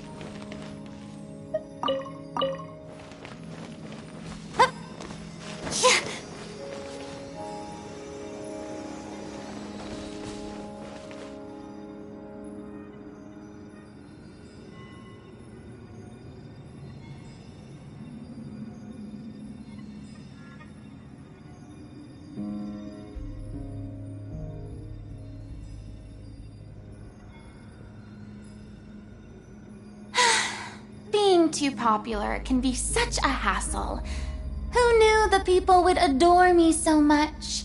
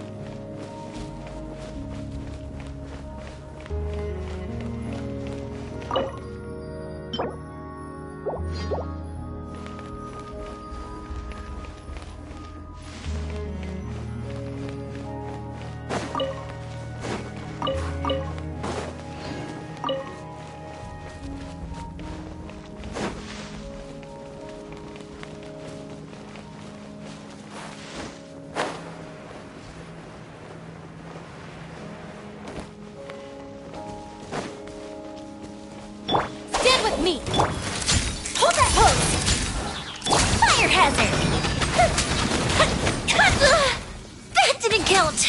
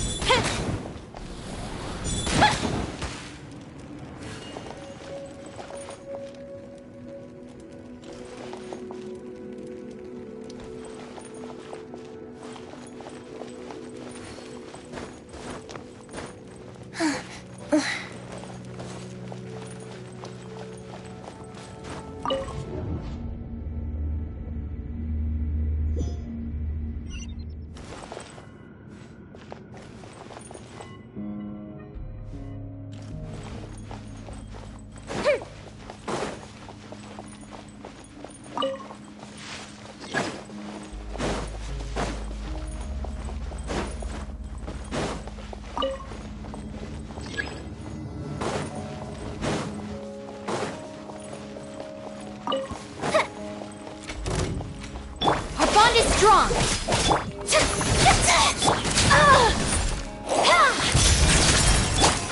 Time for a light show.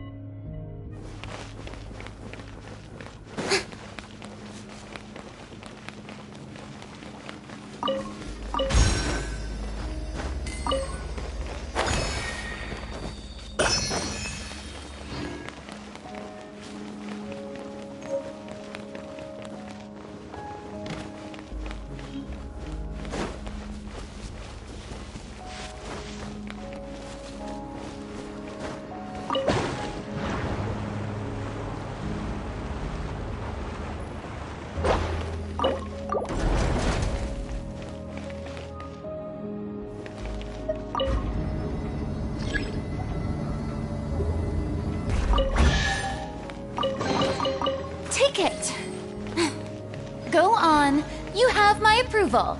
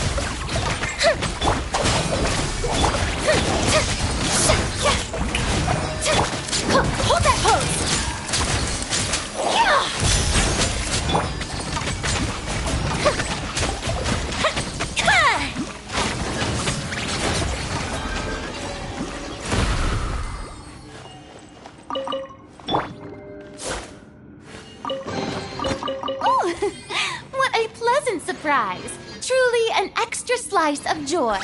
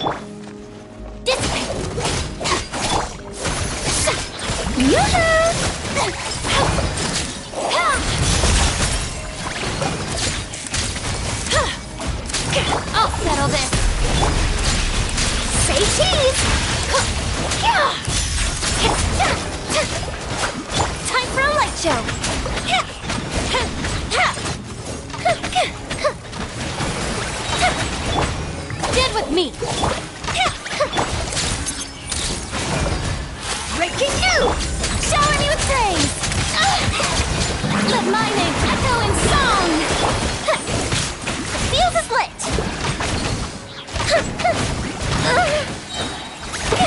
A festive retreat! Lightning terrified! Hold that pose!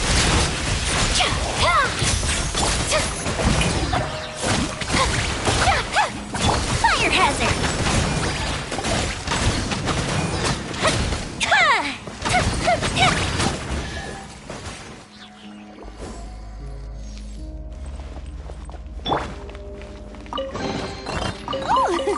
What a pleasant surprise! Truly an extra slice of joy.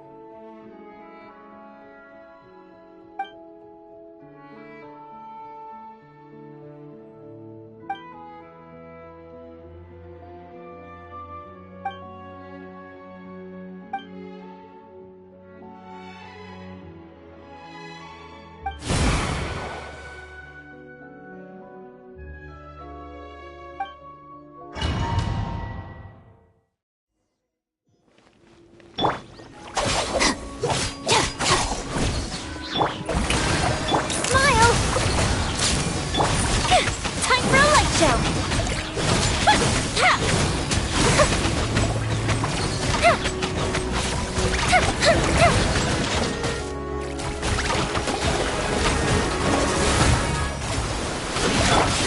Our bond is strong. Fire hazard.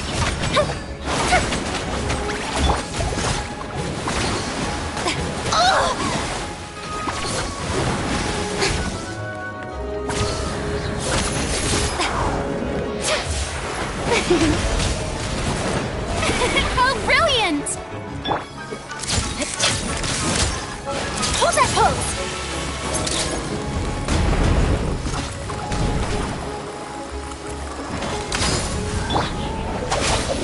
I'll settle this. Fuse is lit!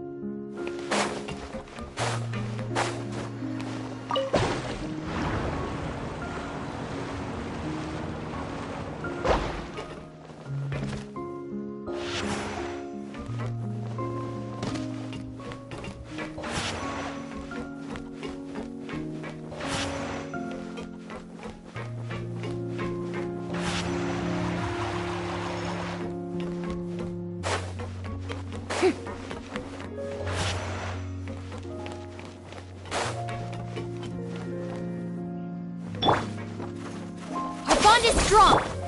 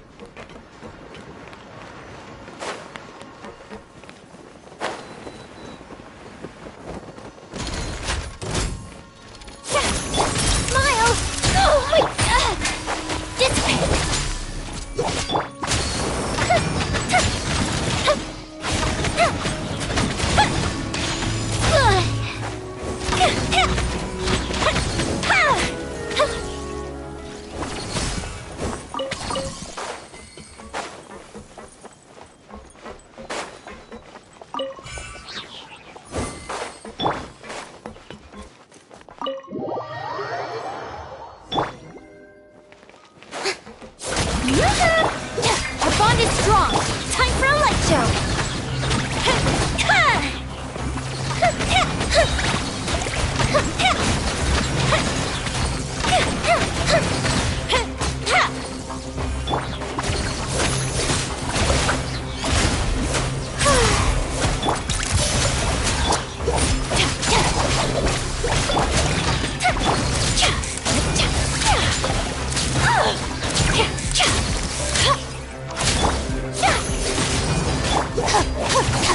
Fuse is lit!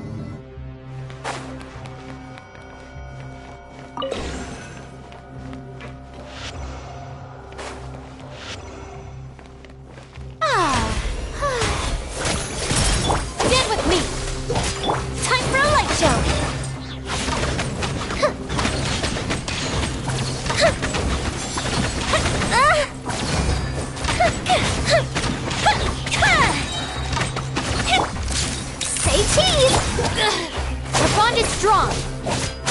Looking for a fight? Yeah!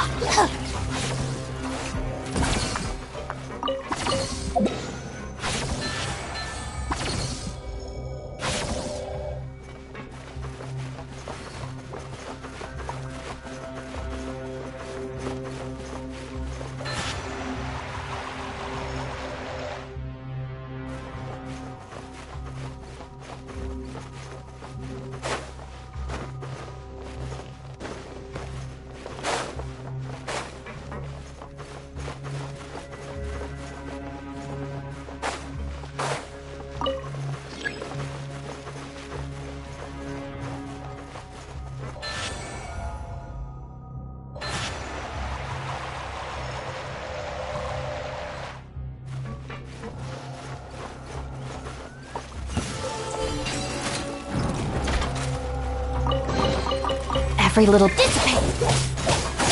Fire hazard.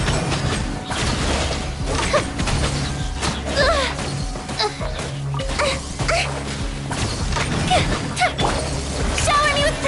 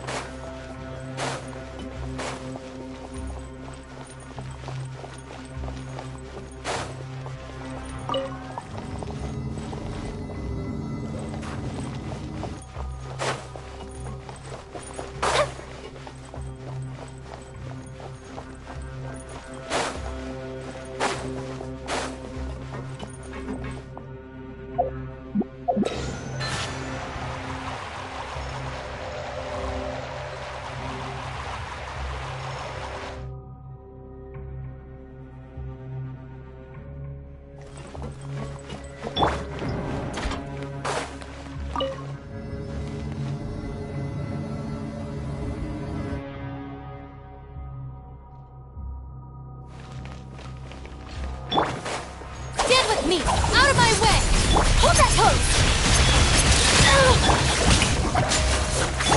Time for a light show!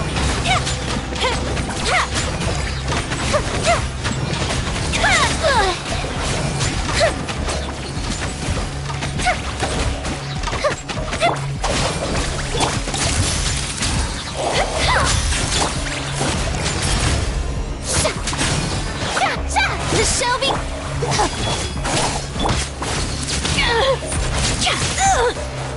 Feel the split.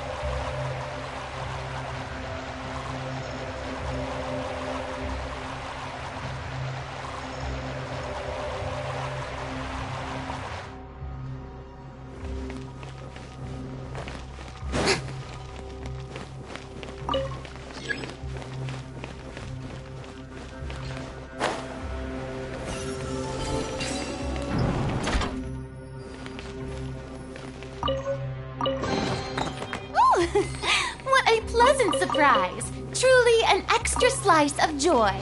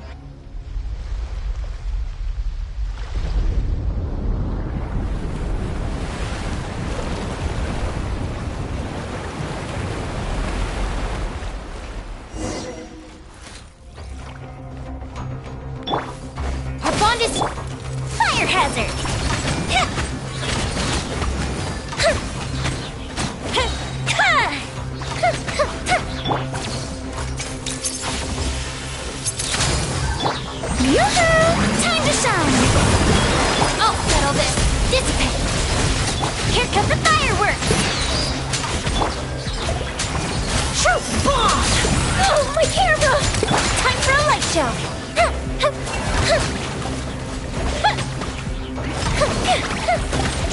Our bond is strong. Shower me with praise.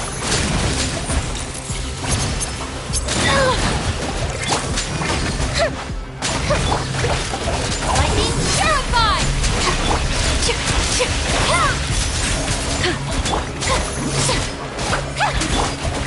Fire hazard.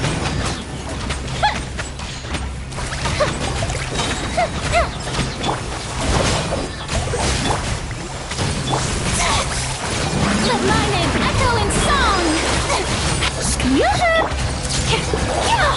Smile! The fuse is lit!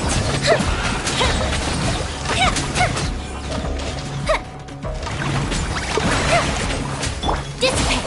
I'll settle this!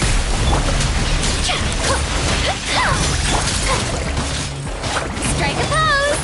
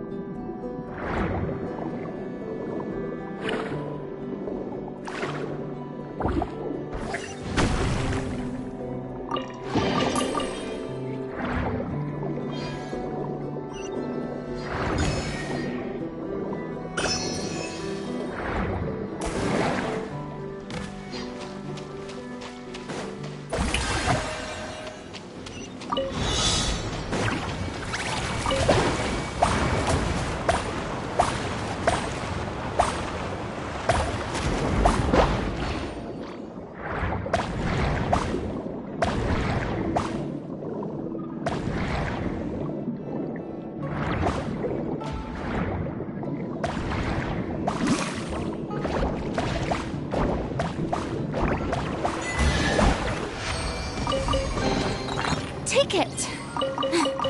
Go on. You have my approval.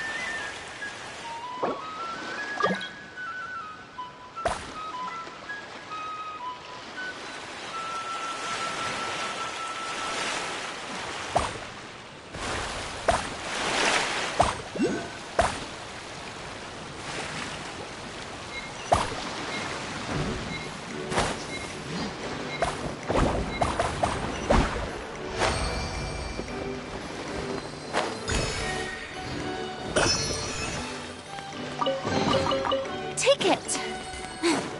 Go on. You have my approval.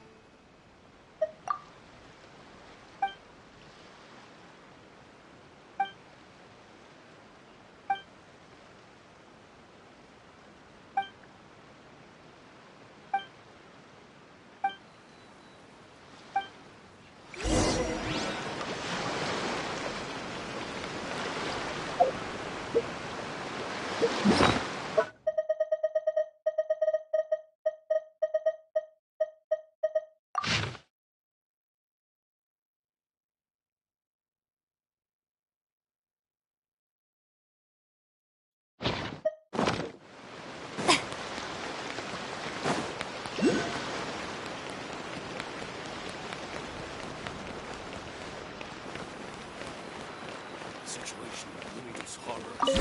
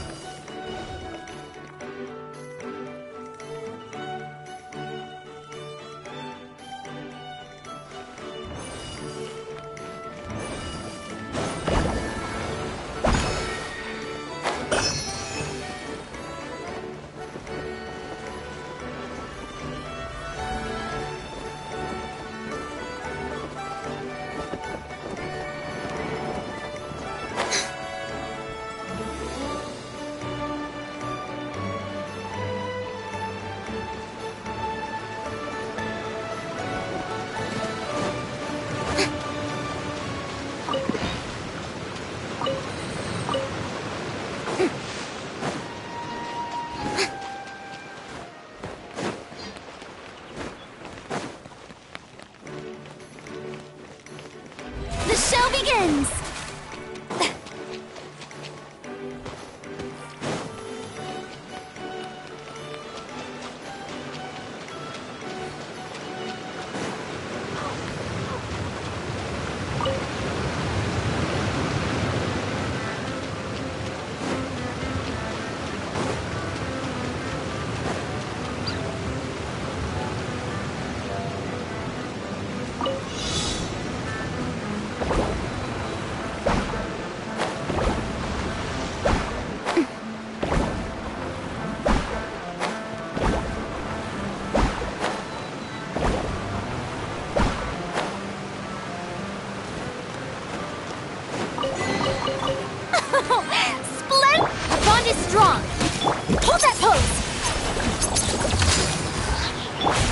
desert.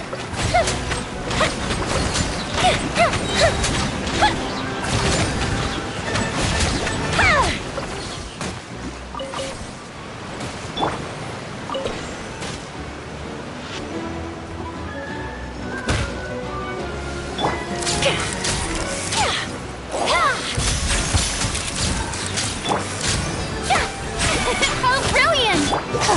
Get with me!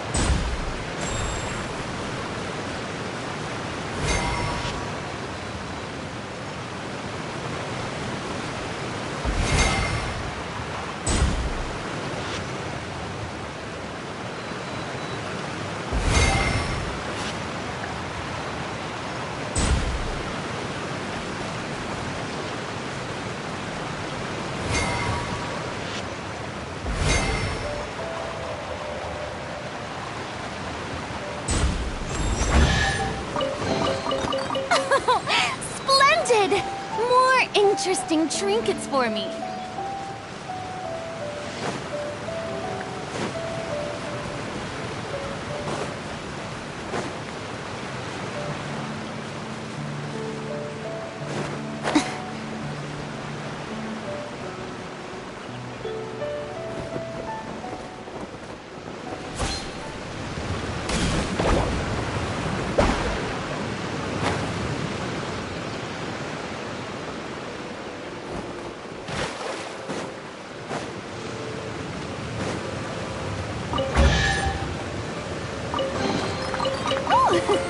What a pleasant surprise! Truly an extra...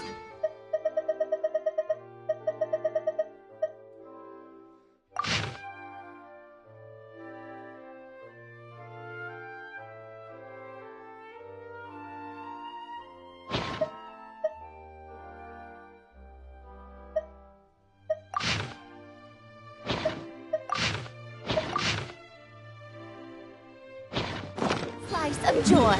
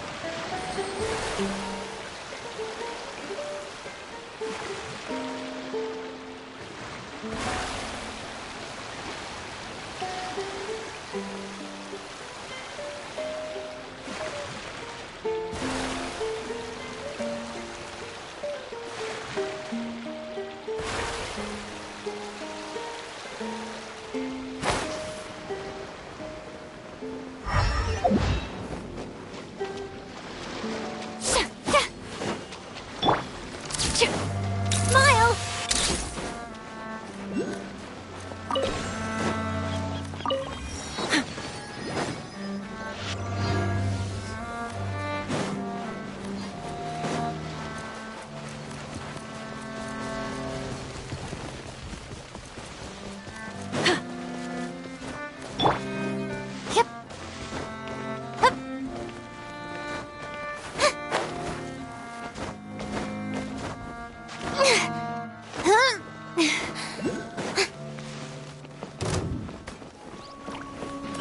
Fry!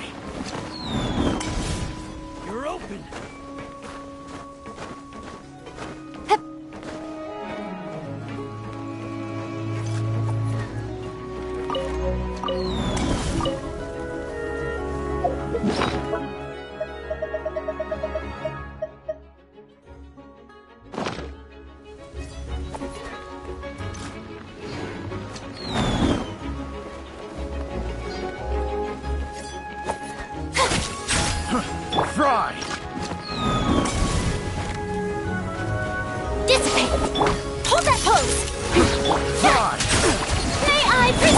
fuse is lit!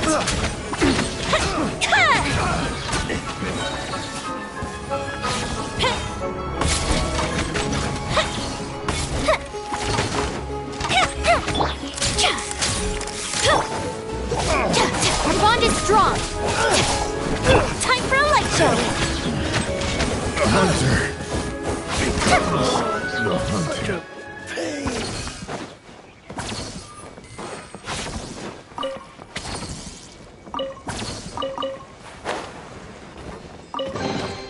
Take it.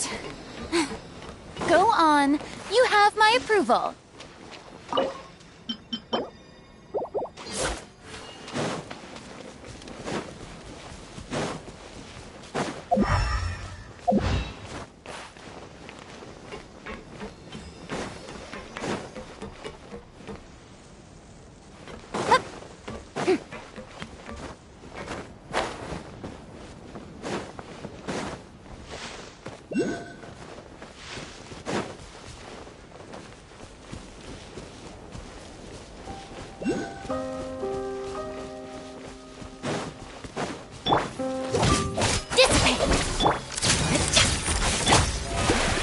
Fire hazard!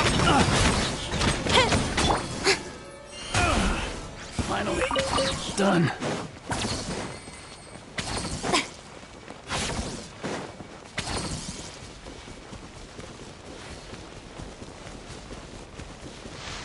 Yep.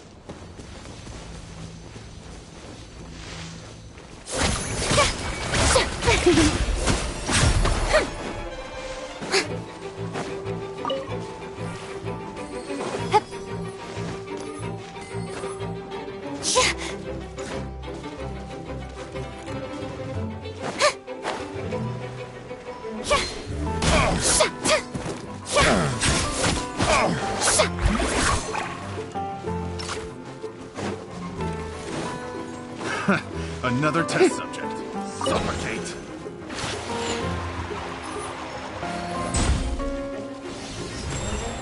Suffocate!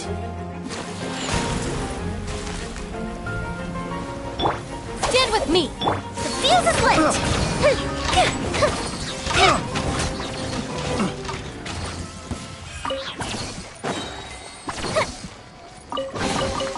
Ooh, let me open it.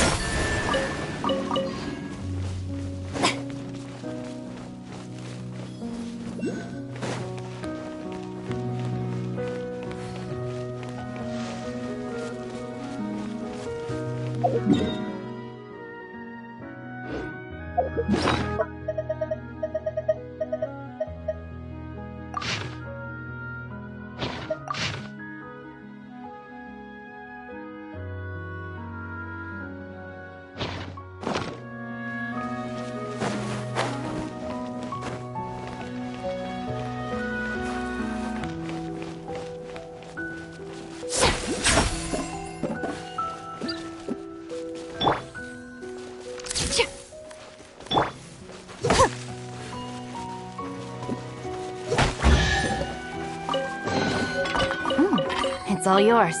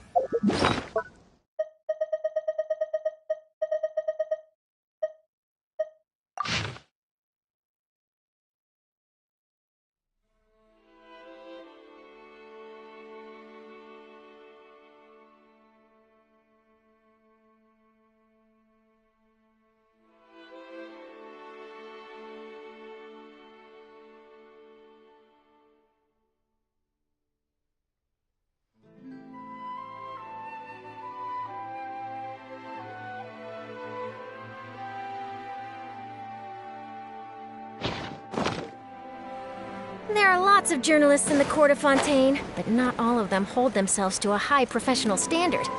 If you're ever looking to do an interview, I'm your best choice.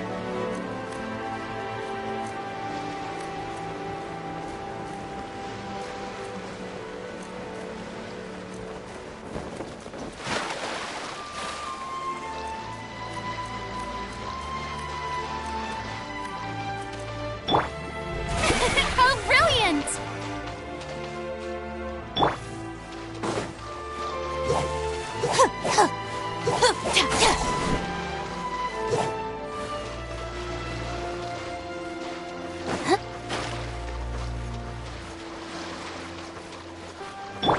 Smile!